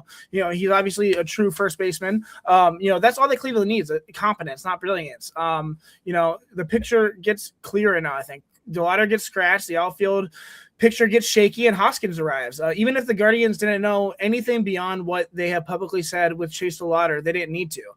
Like I said, his history has told them everything they need to know about risk management. And Rhys Hoskins gives them a legitimate bat, a stabilizing presence, and a fallback option if the outfield depth gets tested again. He's more than a first base bat. He's lineup insurance. He's roster insurance and injury insurance. I don't think they were hiding anything. I think that they were being realistic. DeLauder has had enough time, staying on the field. And when he gets scratched again, even for something minor, they weren't going to gamble this season on optimism. Hoskins gives them a real bat and real stability. And I think that the fact that they can play in the outfield, if they need him to, that matters as well. The timing lines up perfectly with the uncertainty around DeLauder. I think, this front office is acting like a team that's tired of being one injury away from a thin lineup, and they're finally doing something about it. So. Yeah, Super Brother says he'll platoon with Manzardo. And I agree with that. I like I said, I wonder with Quan moving to center. Yeah, maybe DH as well. So yeah, for sure. Yeah, you've got a very versatile bat. And I think what you're telling me, Ryan, is that two things can be true. Like Hoskins had to be a guy that you got. I mean, you had to go get him. I mean, he's right there. I think with Detroit signing Framber Valdez and having two really good lefties at the top of their rotation, I think that left the Guardians kind of vulnerable to that. Without that big right-handed bat. And now I think they have some, like you said, some protection for Jose Ramirez. Do you get the impression that Hoskins will hit fourth in this lineup behind Ramirez, or where do you, I don't know. Where do you think they put him? I'm not sure, actually. Let's get the spring training go through. Get him acclimated with the team. I don't know. He started a DH there. If DeLauder is not going to be able to play, throw him out in the outfield, and let's see how his bat, turns out with this team. Yeah. I'm just happy he's here. He's on a minor league contract, and it's $1.5 million, which is nothing. And this guy's a legitimate right-handed batter, and I'm excited to see what he can do on this team. I don't know necessarily where he bats, but I'm just excited that his bat's in our lineup. So. Yeah, and listen, this is another point too. You're bringing up prospects, and we haven't even really talked about Travis Bazzana either. You've got him, and there's 80 games in left field. You bring it up, whatever. the Guardians have like an interesting situation now. They've almost got, if everybody pans out, and almost, no one ever does. And this is what I wonder too, Superbro. I wonder this out loud too, and everyone tells me no, he's going to play second base. But I think Bazana, he does profile as an outfielder. I think he could play left field. I don't know how strong his arm is. Sometimes you wonder with second baseman, does he have the arm to play right field? Because typically, obviously, in the major leagues, you want your right fielder to have the strongest arm. But I think they've got this interesting problem where if DeLauder gets healthy, they've got Rhys Hoskins, they've got Quan, you've got Manzardo, if he can, build on what he did last year. Jose Ramirez is always going to be Jose Ramirez, right? And then you've got guys in the minors. Maybe you have like almost too many guys for some of these spots, and that's a good problem to have. And I'm looking at, by the way, I'm just looking over at Rhys Hoskins' spring stats. TK, let me ask you this. Hoskins is 0 for 2 with 2 strikeouts. Do we just cut him? We just cut him, right? Nah, you gotta let the guy get his feet under him. Okay. You gotta also think, 2025 was really rough for Rhys Hoskins out there in Milwaukee. Right. Very injury-riddled year. Yeah. Only had 12 home runs. Mm-hmm. There's a lot to unpack there for the year that he had last year. Just want him to get his feet under him, get that swing back. There's no rush. This is spring training for a reason. You're going to be on the opening day roster, brother. We're going to have a spot for you. So I really just want him to get back into the swing of things. Get your feet under you, get that swing back together. Test that injury out. See exactly where you are. There's no need to play leapfrog so early into the season. Yeah. Well, and the Super Brother says Hoskins was in the booth. See, this is my point. They're already prepping him to cut him. They're going to keep him as part of the media team. Yeah. Oh, they're not going to cut him? Okay, fine. They're not going to cut him. And you talked about Bazana there. I mean, regardless if they throw him in the outfield or not, they're not going to rush him. Regardless, they are not going to rush him. His approach, his plate discipline. I mean, how he handles big lead velocity will determine the timeline. Nothing else will. And his health. Yeah. So those things are incredibly important. But he has the talent to make it uncomfortable for them. As I said, I think last week. It just, I don't think even, sliding him in the outfield is going to fix him. And I think he's just got to work on it in the minor leagues a little bit. There's no rush for him. Well, because if they rush him and it doesn't go well, he's going to be, could be bad news. So, yeah. And this is what the Super Brothers brought up my point. This is my next point. There's a lot of this unnecessary pressure on him because other guys in his, in his draft class are already up and doing things. Nick Kurtz, a couple other guys that are doing some things or whatever. But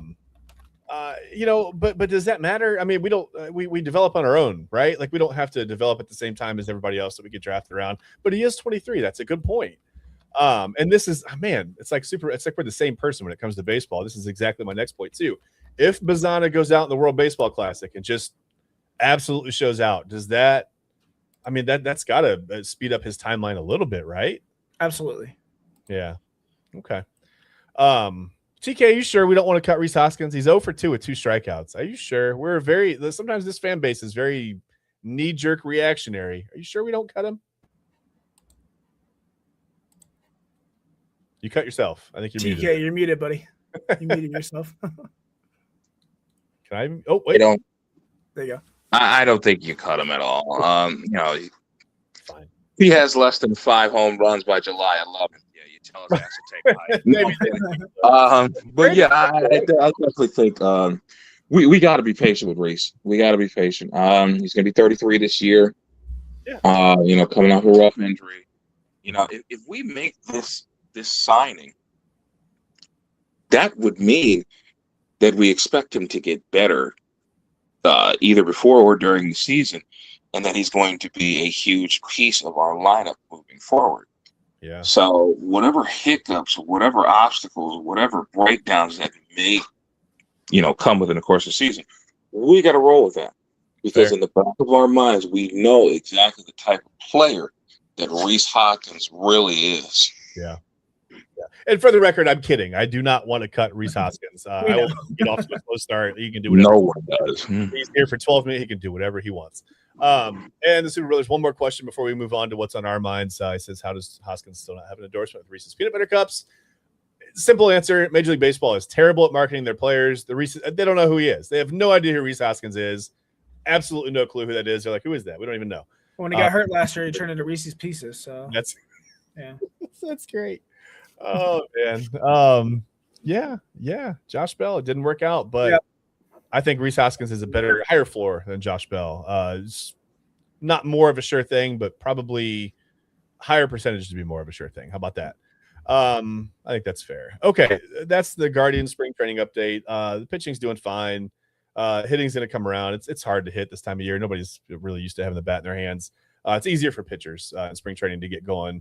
Hitters usually take a while, and we know the Guardians typically don't really start to really hit the ball really well until the weather gets warm up here in Northeast Ohio. So we've got that too. But now I want to end it.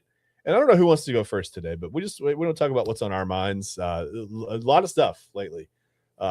Just a lot of things going on in the world and sports, in life in general. Just plenty of stuff to have on your minds, and sometimes it weighs a little bit heavy, and it's good for us to get it off our chest. And maybe you've got something on your chest too, and maybe it helps to listen to us, whatever, talk about it. Who wants to go first? TK, Ryan, you guys have a thought? I don't care. Whatever. Okay. TK, why don't you go first, buddy? I'm going to be real quick with mine. As you guys already know, it is the first of the month, the 1st of March.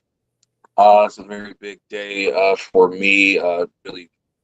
Really shouldn't be, but just to show the magnitude of how much these people mean to me. It is my parents' 38th wedding anniversary. They were married today, 38 years ago. Wow. Congratulations. Thank you very much for that. Wishing the absolute best of anniversaries. To my beautiful parents, Michelle and Anthony Dandridge. I think they just went out to lunch not too long ago. All right. So hope Wait, they're those not young watching the show? have They're a not good watching the time. show? I was No, going to that's wish them happy anniversary too. Oh, come on. Well, that's their special day. I want them to go ahead and enjoy that, and I'm sure they will. That's fair. But yeah, definitely a happy 38th wedding anniversary to my wonderful parents, and I hope they have a wonderful day. Happy anniversary, Michelle and Anthony. We Truly, appreciate yeah. you for bringing us TK and immense knowledge of the Carolina Panthers. We couldn't do it without him. I'm kidding. Yeah, happy anniversary. That's awesome. Amazing. Thanks, guys. Yeah, of course, man. That's an awesome day. 38 years. Wow. That's a long time. That's awesome. Great. Congratulations, man. That's great. Ryan, what is on your mind, buddy? Yeah, man. 38 years, first of all, super. That's awesome, man. My wife and I are about to hit 10 in a couple months, so it's exciting. I can't wait to get to 38. That'd be just an incredible testament to love and just cherish, man. So congratulations to your parents, man. That's really awesome. Thank you. Yeah. So last couple weeks I have been not very lighthearted. I talked about the Epstein list. I talked about mental health. I talked about Super Bowl and human trafficking. I'm gonna go light this week, guys. Tired of being negative, or well, not negative, but just bringing light to things that some seem as taboo. This week I wanted to talk about something lighter, something that honestly fills me with more joy than anything else in my life right now. My boys are finally getting to the age where I can start training them for sports. And I can't even explain how excited that makes me. I've been unofficially training them for a while, teaching them how to trust their bodies, take smart physical risks, and most importantly, have fun doing it. But now we're getting close to the real thing. My oldest son, James, turns 5 in July, and this kid is a natural. I mean, I'm not exaggerating when I say he climbs anything better than any kid older than him. He's climbing all the trees 30 feet in our yard. It's insane. My wife is having a heart attack sometimes, nonetheless. But he's fearless, but not reckless too. He's very intentional, and that's rare in a little kid. Then there's his brother Callum, who turns 3 in April. Built like a tank, strong, high motor, and always moving. I feel like I'm breaking down my kids' NFL practice. Have you put them to the algorithm? Yeah. Always trying something new. He's advanced for his age too, and you can already see the competitive spark in him, and he wants to keep up with his big brother, and half the time he actually does. And I have my newborn Jack as well, the future little wrecking ball, who's going to follow right behind them. But I played sports my entire life. I wrestled 13 13 years. I played baseball, I played football, I did BJJ, I played D2 college football. Wrestling has been the sport that shaped me the most. I wasn't great at first. It took me a few years to understand the sport, to learn the technique, and to figure out how to use my body the right way. But once it clicked, I took off, and I went to state several times, placed 6th in nationals at one point, made a name for myself in the wrestling community, and made friendships that have lasted my entire life. The wrestling community is tight. You compete against each other, but you also grow together and become family. And now I get to pass that on. I'm turning my garage into a full wrestling and MMA room. I have mats, gloves, pads, weights, everything that they'll need. I've been acquiring these items. I've been acquiring these items for cheap and storing them away for years now, just because I knew this day was going to come as soon as my son was born, first son was born. My plan is simple. I'm going to teach them the fundamentals for 2 years before they join a team, and then teach them technique, discipline, and body awareness, confidence. Let them walk into their first practice already understanding the sport instead of spending 2 years just trying to figure out what's going on like I did. I want them to have fun. I want them to love it, but I also want them to be ready. Day one, no learning curve, no confusion, just confidence and joy. I've been waiting for this my entire life. I have sons, to have sons and to teach them the beautiful sport of wrestling, which I think will set them up for any other sport that they could would like to play in the future if they decide to play sports. And now that time's finally here, and I've been waiting for so long. I'm so damn excited. So that's what I want to talk about. That's awesome, man. Yeah. So my daughter has actually been taking Taekwondo for the past few weeks or whatever. She's really getting into it. I'm watching her physically progress through it and do better and better every time she goes. And it's really cool. I took martial arts for a long time when I was a kid. I had to quit for high school sports. I was a 2nd degree brown belt when I stopped. Nice. Unfortunately, I wanted to get to my black belt, but I was a couple years away. The style that I took was very, very old school and very disciplinary. They wouldn't promote you to a black belt until you were 18. So I had 2 promotions to go over 4 years, and it's I had to pick between that and high school sports anyway. So I did end up dropping out. I want to say I regret it. I wish I could have kept going. Sure. I had to you had to be there every day. I played football, basketball, baseball a lot, mostly just basketball, baseball. But at that point, it was kind of didn't know what I wanted to do, so I had to make a decision. But yeah, I think martial arts is very much like wrestling. It's discipline, body control. You learn so much about yourself. You learn to push your limits in a safe, kind of a monitored way, but you really learn what you're all about very, very quickly. And man, I really enjoyed it, and it's fun to see her enjoy it. It's a lot of fun. I guess I'm so excited. Yeah, it's awesome. That's awesome. I love the MMA wrestling. It's just awesome. That's really cool. Yeah. Good for you guys, man. Thanks, man. You seem like a great father, man. I mean, it's I try, man. It's hard, but I love my boys with all my heart. It is hard, but nothing worth doing is easy, right? So you got to work at it, and I think you do a great job of that. Thanks. But yeah, what's on my mind? I just, man, treat each other and treat people with kindness, man. We're so divided right now in a lot of different ways. Just you look at social media and everything's so divisive. I mean, my goodness, man, you see a positive post about somebody committing to play football to school, and there's 40% of the comments are making fun of them because they're not going to a different school, whatever. Just remember that everybody has their own story, right? We all develop our own ways. We all think our own ways. Just try to treat each other and treat your whoever. Just treat people with kindness. Give people the benefit of the doubt, right? Have a little bit of patience. Get out and maybe hang out with someone who does things differently than you. Learn a different culture. Your way isn't always the right way, and that goes for me too. My way isn't always the right way. I'd like to just have experiences. Go out and experience life in a way that maybe you're out of your comfort zone a little bit. You'd be surprised at what you learn, not only about other people but about yourself. So I guess that's what's on my mind. Just short and sweet. Just give people the benefit of the doubt. Be patient. Be kind, man. People are going through a lot, and sometimes it's not always visible. People don't always wear their emotions on their sleeves. They may look like they're super happy, well-adjusted, have everything figured out, but inside they're screaming, right? They're struggling. They can't unbury themselves from whatever they're buried in or whatever they feel like they're buried in. So please, that's my message today. Just be kind to people, treat each other with kindness, with patience, give people the benefit of the doubt, and just, man, for the love of God, realize that maybe your way isn't the exact perfect way, right? Maybe somebody else has something a little bit figured out, and you don't have to completely change. Just take a little bit from this person, a little bit from that person, a little bit from this culture, you'd be surprised how fulfilled your life could feel. So that's all I got. Guys, thanks for watching us. We appreciate you. Again, please, take the time to follow us. We're all over social media. It's YouTube, X, Facebook, Instagram, TikTok. We're everywhere, guys. So please, your support matters. We see it. We feel it. We appreciate it. We love you so much for sticking with us. Almost 150 people in here when there's really nothing to talk about. We don't have any Browns. We don't, you know what I mean? Like, we're just we've got the combine, and that's great. We can look forward to the draft, but really no notable sports going there. The Olympics are over. Everything's kind of winding down. We've got almost 150 people in here live with us still. So again, we appreciate you. We could not do it without you. But we also need your support in other ways. So please follow us on social media. Please just go click that follow button on Twitter. Subscribe on YouTube. Follow the TikTok. A lot of short form content. If you're not into like 2-3 hour shows, whatever, that's fine. We get that. Obviously, those of you who are in here are. But if you want your content in more short form variety, we've got that on TikTok. We've got that on Instagram with the Facebook Reels. Just go follow us. Go like our page. Go subscribe to us or whatever. And I'll put us up here too. I mean, you see our handles down there. I'm at Real Chad Bryan, basically on every social media. You can find me everywhere at Real Chad Bryan, at Brewster Pink 92 for TK, at Dynasty CLE for Ryan. You can find him on Twitter. Does a lot. And the Super Brother says, as the kids say, please like and subscribe. Yeah. Actually, please pound that like button and smash it. Yeah.